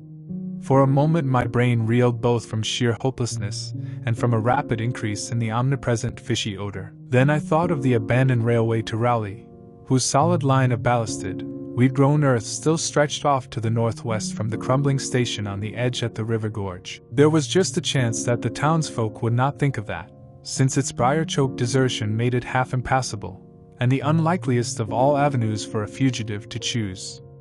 I had seen it clearly from my hotel window and knew about how it lay. Most of its earlier length was uncomfortably visible from the Rowley Road and from high places in the town itself, but one could perhaps crawl inconspicuously through the undergrowth.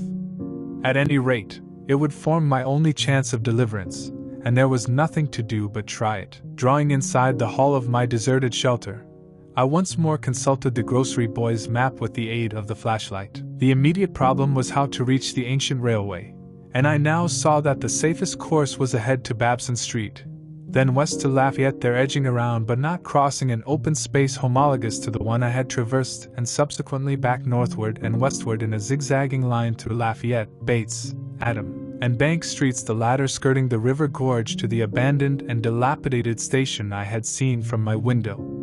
My reason for going ahead to Babson was that I wished neither to recross the earlier open space nor to begin my westward course along a cross street as broad as south. Starting once more, I crossed the street to the right-hand side in order to edge around into Badbion as inconspicuously as possible. Noises still continued in Federal Street, and as I glanced behind me I thought I saw a gleam of light near the building through which I had escaped. Anxious to leave Washington Street, I broke into a quiet dog trot, trusting to luck not to encounter any observing eye. Next the corner of Babson Street I saw to my alarm that one of the houses was still inhabited, as attested by curtains at the window, but there were no lights within, and I passed it without disaster. In Babson Street, which crossed Federal and might thus reveal me to the searchers, I clung as closely as possible to the sagging, uneven buildings, twice pausing in a doorway as the noises behind me momentarily increased. The open space ahead shone wide and desolate under the moon, but my route would not force me to cross it. During my second pause I began to detect a fresh distribution of vague sounds, and upon looking cautiously out from cover beheld a motor car darting across the open space, bound outward along Elliott Street, which there intersects both Babson and Lafayette. As I watched, choked by a sudden rise in the fishy odor after a short abatement, I saw a band of uncouth, crouching shapes loping and shambling in the same direction, and knew that this must be the party guarding the Ipswich Road, since that highway forms an extension of Elliott Street. Two of the figures I glimpsed were in voluminous robes, and one wore a peaked diadem which glistened whitely in the moonlight. The gait of this figure was so odd that it sent a chill through me, for it seemed to me the creature was almost hopping. When the last of the band was out of sight I resumed my progress, darting around the corner into Lafayette Street, and crossing Elliott very hurriedly lest stragglers of the party be still advancing along that thoroughfare. I did hear some croaking and clattering sounds far off toward Town Square, but accomplished the passage without disaster. My greatest dread was in recrossing broad and moonlit South Street with its seaward view, and I had to nerve myself for the ordeal. Someone might easily be looking, and possible Elliott Street stragglers could not fail to glimpse me from either of 2 points. At the last moment I decided I had better slacken my trot and make the crossing as before in the shambling gait of an average Innsmouth native. When the view of the water again opened out, this time on my right, I was half determined not to look at it at all. I could not, however, resist, but cast a sidelong glance as I carefully and imitatively shambled toward the protecting shadows ahead. There was no ship visible, as I had half expected there would be. Instead, the first thing which caught my eye was a small rowboat pulling in toward the abandoned wharves and laden with some bulky, tarpaulin-covered object. Its rowers, though distantly and indistinctly seen, were of an especially repellent aspect. Several swimmers were still discernible, while on the far black reef I could see a faint, steady glow unlike the winking beacon visible before, and of a curious color which I could not precisely identify. Above the slant roofs ahead and to the right there loomed the tall cupola of the Gilman House, but it was completely dark. The fishy odor, dispelled for a moment by some merciful breeze, now closed in again with maddening intensity. I had not quite crossed the street when I heard a muttering band advancing along Washington from the north. As they reached the broad open space where I had had my first disquieting glimpse of the moonlit water, I could see them plainly only a block away, and was horrified by the bestial abnormality of their faces and the dog-like subhumanness of their crouching gait. One man moved in a positively simian way, with long arms frequently touching the ground, while another figure robed and tiaraed seemed to progress in an almost hopping fashion. I judged this party to be the one I had seen in the Gilman's courtyard, the one, therefore, most closely on my trail. As some of the figures turned to look in my direction, I was transfixed with fright, yet managed to preserve the casual, shambling gait I had assumed. To this day I do not know whether they saw me or not. If they did, my stratagem must have deceived them, for they passed on across the moonlit space without varying their course, meanwhile croaking and jabbering in some hateful guttural patois I could not identify. Once more in shadow, I resumed my former dog trot past the leaning and decrepit houses that stared blankly into the night. Having crossed to the western sidewalk, I rounded the nearest corner into Bates Street, where I kept close to the buildings on the southern side. I passed 2 houses showing signs of habitation, one of which had faint lights in upper rooms, yet met with no obstacle. As I tuned into Adams Street I felt measurably safer, but received a shock when a man reeled out of a black doorway directly in front of me. He proved, however, too hopelessly drunk to be a menace, so that I reached the dismal ruins of the Bank Street warehouses in safety. No one was stirring in that dead street beside the river gorge, and the roar of the waterfalls quite drowned my footsteps. It was a long dog trot to the ruined station, and the great brick warehouse walls around me seemed somehow more terrifying than the fronts of private houses. At last I saw the ancient arcaded station, or what was left of it, and made directly for the tracks that started from its farther end. The rails were rusty but mainly intact, and not more than half the ties had rotted away. Walking or running on such a surface was very difficult, but I did my best, and on the whole made very fair time. For some distance the line kept on along the gorge's brink, but at length I reached a long covered bridge where it crossed the chasm at a dizzying height. The condition of this bridge would determine my next step. If humanly possible, I would use it. If not, L would have to risk more street wandering and take the nearest intact highway bridge. The vast, barn-like length of the old bridge gleamed spectrally in the moonlight, and I saw that the ties were safe for at least a few feet within. Entering, I began to use my flashlight, and was almost knocked down by the cloud of bats that flapped past me. About halfway across there was a perilous gap in the ties which I feared for a moment would halt me, but in the end I risked a desperate jump which fortunately succeeded. I was glad to see the moonlight again when I emerged from that macabre tunnel. The old tracks crossed River Street at grade, and at once veered off into a region increasingly rural and with less and less of Innsmouth's abhorrent fishy odor. Here the dense growth of weeds and briars hindered me and cruelly tore at my clothes, but I was none the less glad that they were there to give me concealment in case of peril. I knew that much of my route must be visible from the Rowley Road. The marshy region began very abruptly, with a single track on a low, grassy embankment where the weedy growth was somewhat thinner. Then came a sort of island of higher ground, where the line passed through a shallow open cut choked with bushes and brambles. I was very glad of this partial shelter, since at this point the Rowley Road was uncomfortably near according to my window view. At the end of the cut it would cross the track and swerve off to a safer distance, but meanwhile I must be exceedingly careful. I was by this time thankfully certain that the railway itself was not patrolled. Just before entering the cut I glanced behind me, but saw no pursuer. The ancient spires and roofs of decaying Innsmouth gleamed lovely and ethereal in the magic yellow moonlight, and I thought of how they must have looked in the old days before the shadow fell. Then, as my gaze circled inland from the town, something less tranquil arrested my notice and held me immobile for a second. What I saw or fancied I saw was a disturbing suggestion of undulant motion far to the south, a suggestion which made me conclude that a very large horde must be pouring out of the city along the level Ipswich Road. The distance was great, and I could distinguish nothing in detail, but I did not at all like the look of that moving column. It undulated too much, and glistened too brightly in the rays of the now westering moon. There was a suggestion of sound too, though the wind was blowing the other way, a suggestion of bestial scraping and bellowing even worse than the muttering of the parties I had lately overheard. All sorts of unpleasant conjectures crossed my mind. I thought of those very extreme Innsmouth types said to be hidden in crumbling, centuried warrens near the waterfront. I thought, too, of those nameless swimmers I had seen, counting the parties so far glimpsed, as well as those presumably covering other roads. The number of my pursuers must be strangely large for a town as depopulated as Innsmouth. Whence could come the dense personnel of such a column as I now beheld? Did those ancient, unplumbed warrens teem with a twisted, uncatalogued, and unsuspected life? Or had some unseen ship indeed landed a legion of unknown outsiders on that hellish reef? Who were they? Why were they here?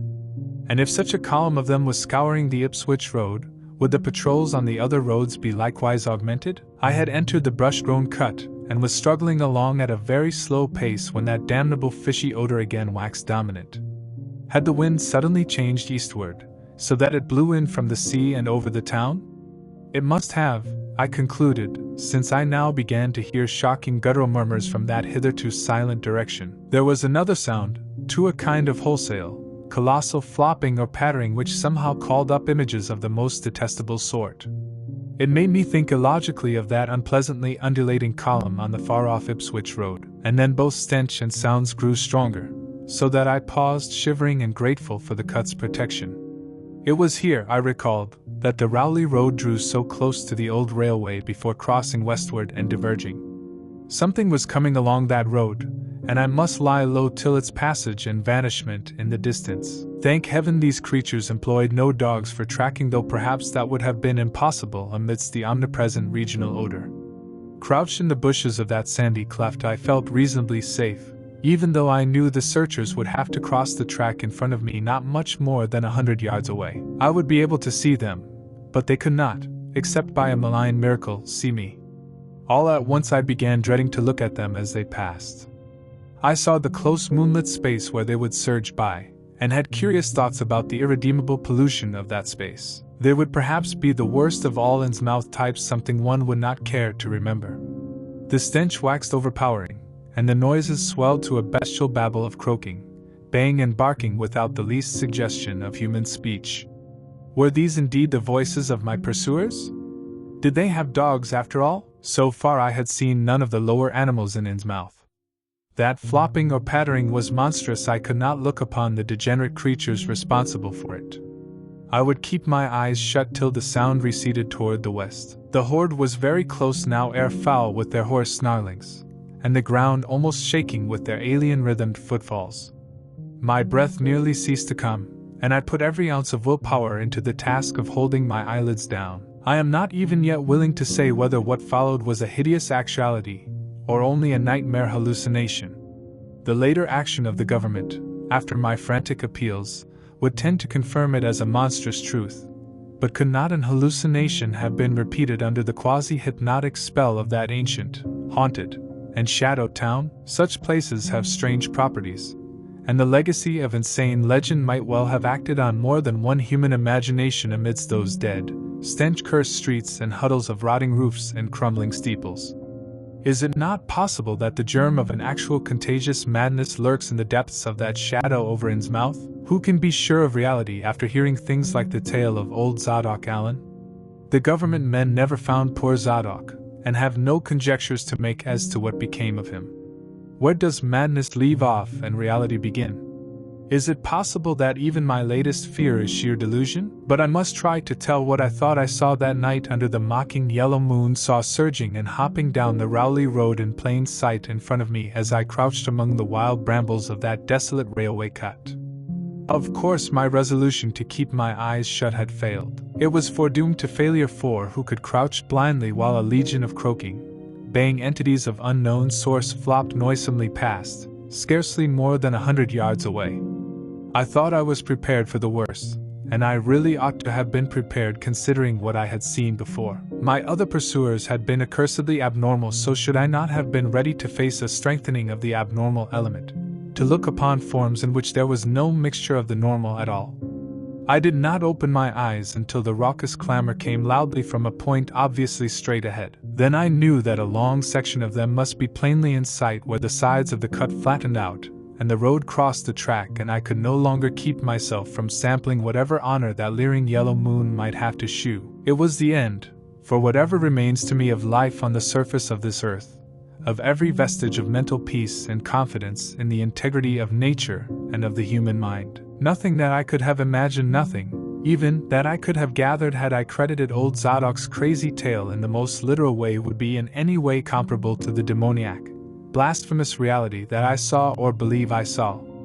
I have tried to hint what it was in order to postpone the horror of writing it down baldly. Can it be possible that this planet has actually spawned such things, that human eyes have truly seen, as objective flesh, what man has hitherto known only in febrile fantasy and tenuous legend? And yet I saw them in a limitless stream, flopping, hopping, croaking, bleating, urging inhumanly through the spectral moonlight in a grotesque, malignant saraband of fantastic nightmare. And some of them had tall tiaras of that nameless whitish gold metal, and some were strangely robed, and one, who led the way, was clad in a ghoulishly humped black coat and striped trousers, and had a man's felt hat perched on the shapeless thing that answered for a head. I think their predominant color was a grayish green, though they had white bellies. They were mostly shiny and slippery, but the ridges of their backs were scaly. Their forms vaguely suggested the anthropoid, while their heads were the heads of fish, with prodigious bulging eyes that never closed. At the sides of their necks were palpitating gills, and their long paws were webbed. They hopped irregularly, sometimes on 2 legs and sometimes on 4. I was somehow glad that they had no more than 4 limbs. Their croaking, baying voices, clearly wed articulate speech, held all the dark shades of expression which their staring faces lacked. But for all of their monstrousness, they were not unfamiliar to me. I knew too well what they must be, for was not the memory of the evil tiara at Newburyport still fresh? They were the blasphemous fish frogs of the nameless design, living and horrible, and as I saw them I knew also of what that humped, tiared priest in the black church basement had fearsomely reminded me. Their number was past guessing. It seemed to me that there were limitless swarms of them, and certainly my momentary glimpse could have shown only the least fraction. In another instant everything was blotted out by a merciful fit of fainting, the first I had ever had. Chapter 5. It was a gentle daylight rain that awoke me from my stupor in the brush-grown railway cut, and when I staggered out to the roadway ahead I saw no trace of any prints in the fresh mud. The fishy odor, too, was gone. Innsmouth's ruined roofs and toppling steeples loomed up greyly toward the southeast, but not a living creature did I spy in all the desolate salt marshes around. My watch was still going, and told me that the hour was past noon. The reality of what I had been through was highly uncertain in my mind, but I felt that something hideous lay in the background. I must get away from evil-shadowed Innsmouth, and accordingly I began to test my cramped, wearied powers of locomotion. Despite weakness, hunger, horror, and bewilderment, I found myself after a time able to walk, so started slowly along the muddy road to Raleigh. Before evening I was in village, getting a meal and providing myself with presentable cloths. I caught the night train to Arkham, and the next day talked long and earnestly with government officials there, a process I later repeated in Boston. With the main result of these colloquies the public is now familiar, and I wish, for normality's sake, there were nothing more to tell. Perhaps it is madness that is overtaking me, yet perhaps a greater horror or a greater marvel is reaching out. As may well be imagined, I gave up most of the foreplanned features of the rest of my tour, the scenic, architectural, and antiquarian diversions on which I had counted so heavily. Nor did I dare look for that piece of strange jewelry said to be in the Miskatonic University Museum. I did, however, improve my stay in Arkham by collecting some genealogical notes I had long wished to possess. Very rough and hasty data, it is true, but capable of good use later when I might have time to collate and codify them. The curator of the Historical Society there, Mr. B.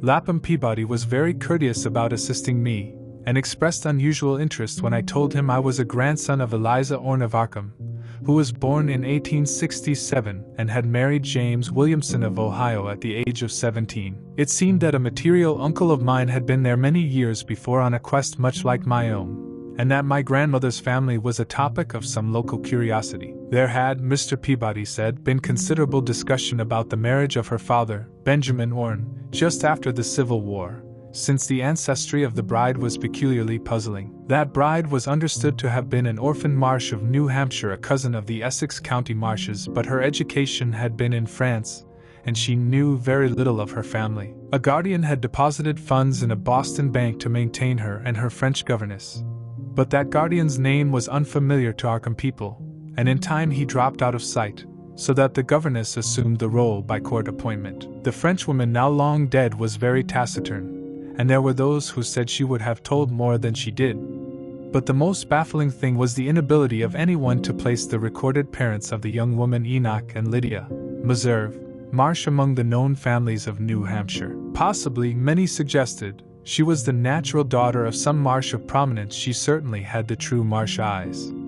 Most of the puzzling was done after her early death, which took place at the birth of my grandmother, her only child. Having formed some disagreeable impressions connected with the name of Marsh, I did not welcome the news that it belonged on my own ancestral tree, nor was I pleased by Mr. Peabody's suggestion that I had the true Marsh eyes myself. However, I was grateful for data which I knew would prove valuable, and took copious notes and lists of book references regarding the well-documented Orne family.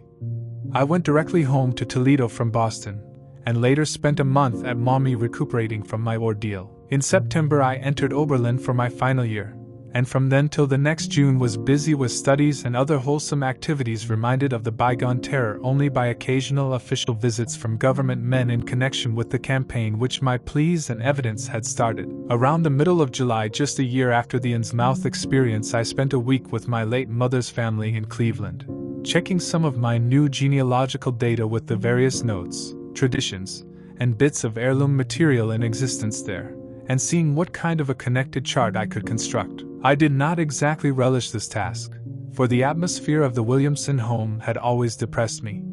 There was a strain of morbidity there, and my mother had never encouraged my visiting her parents as a child, although she always welcomed her father when he came to Toledo. My Arkham-born grandmother had seemed strange and almost terrifying to me, and I do not think I grieved when she disappeared. I was 8 years old then, and it was said that she had wandered off in grief after the suicide of my Uncle Douglas, her eldest son. He had shot himself after a trip to New England, the same trip, no doubt, which had caused him to be recalled at the Arkham Historical Society. This uncle had resembled her, and I had never liked him either. Something about the staring, unwinking expression of both of them had given me a vague, unaccountable uneasiness. My mother and Uncle Walter had not looked like that.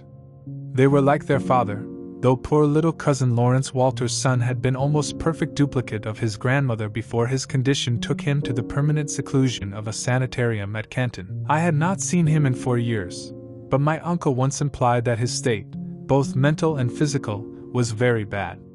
This worry had probably been a major cause of his mother's death 2 years before. My grandfather and his widowed son Walter now comprised the Cleveland household, but the memory of older times hung thickly over it. I still disliked the place, and tried to get my researches done as quickly as possible.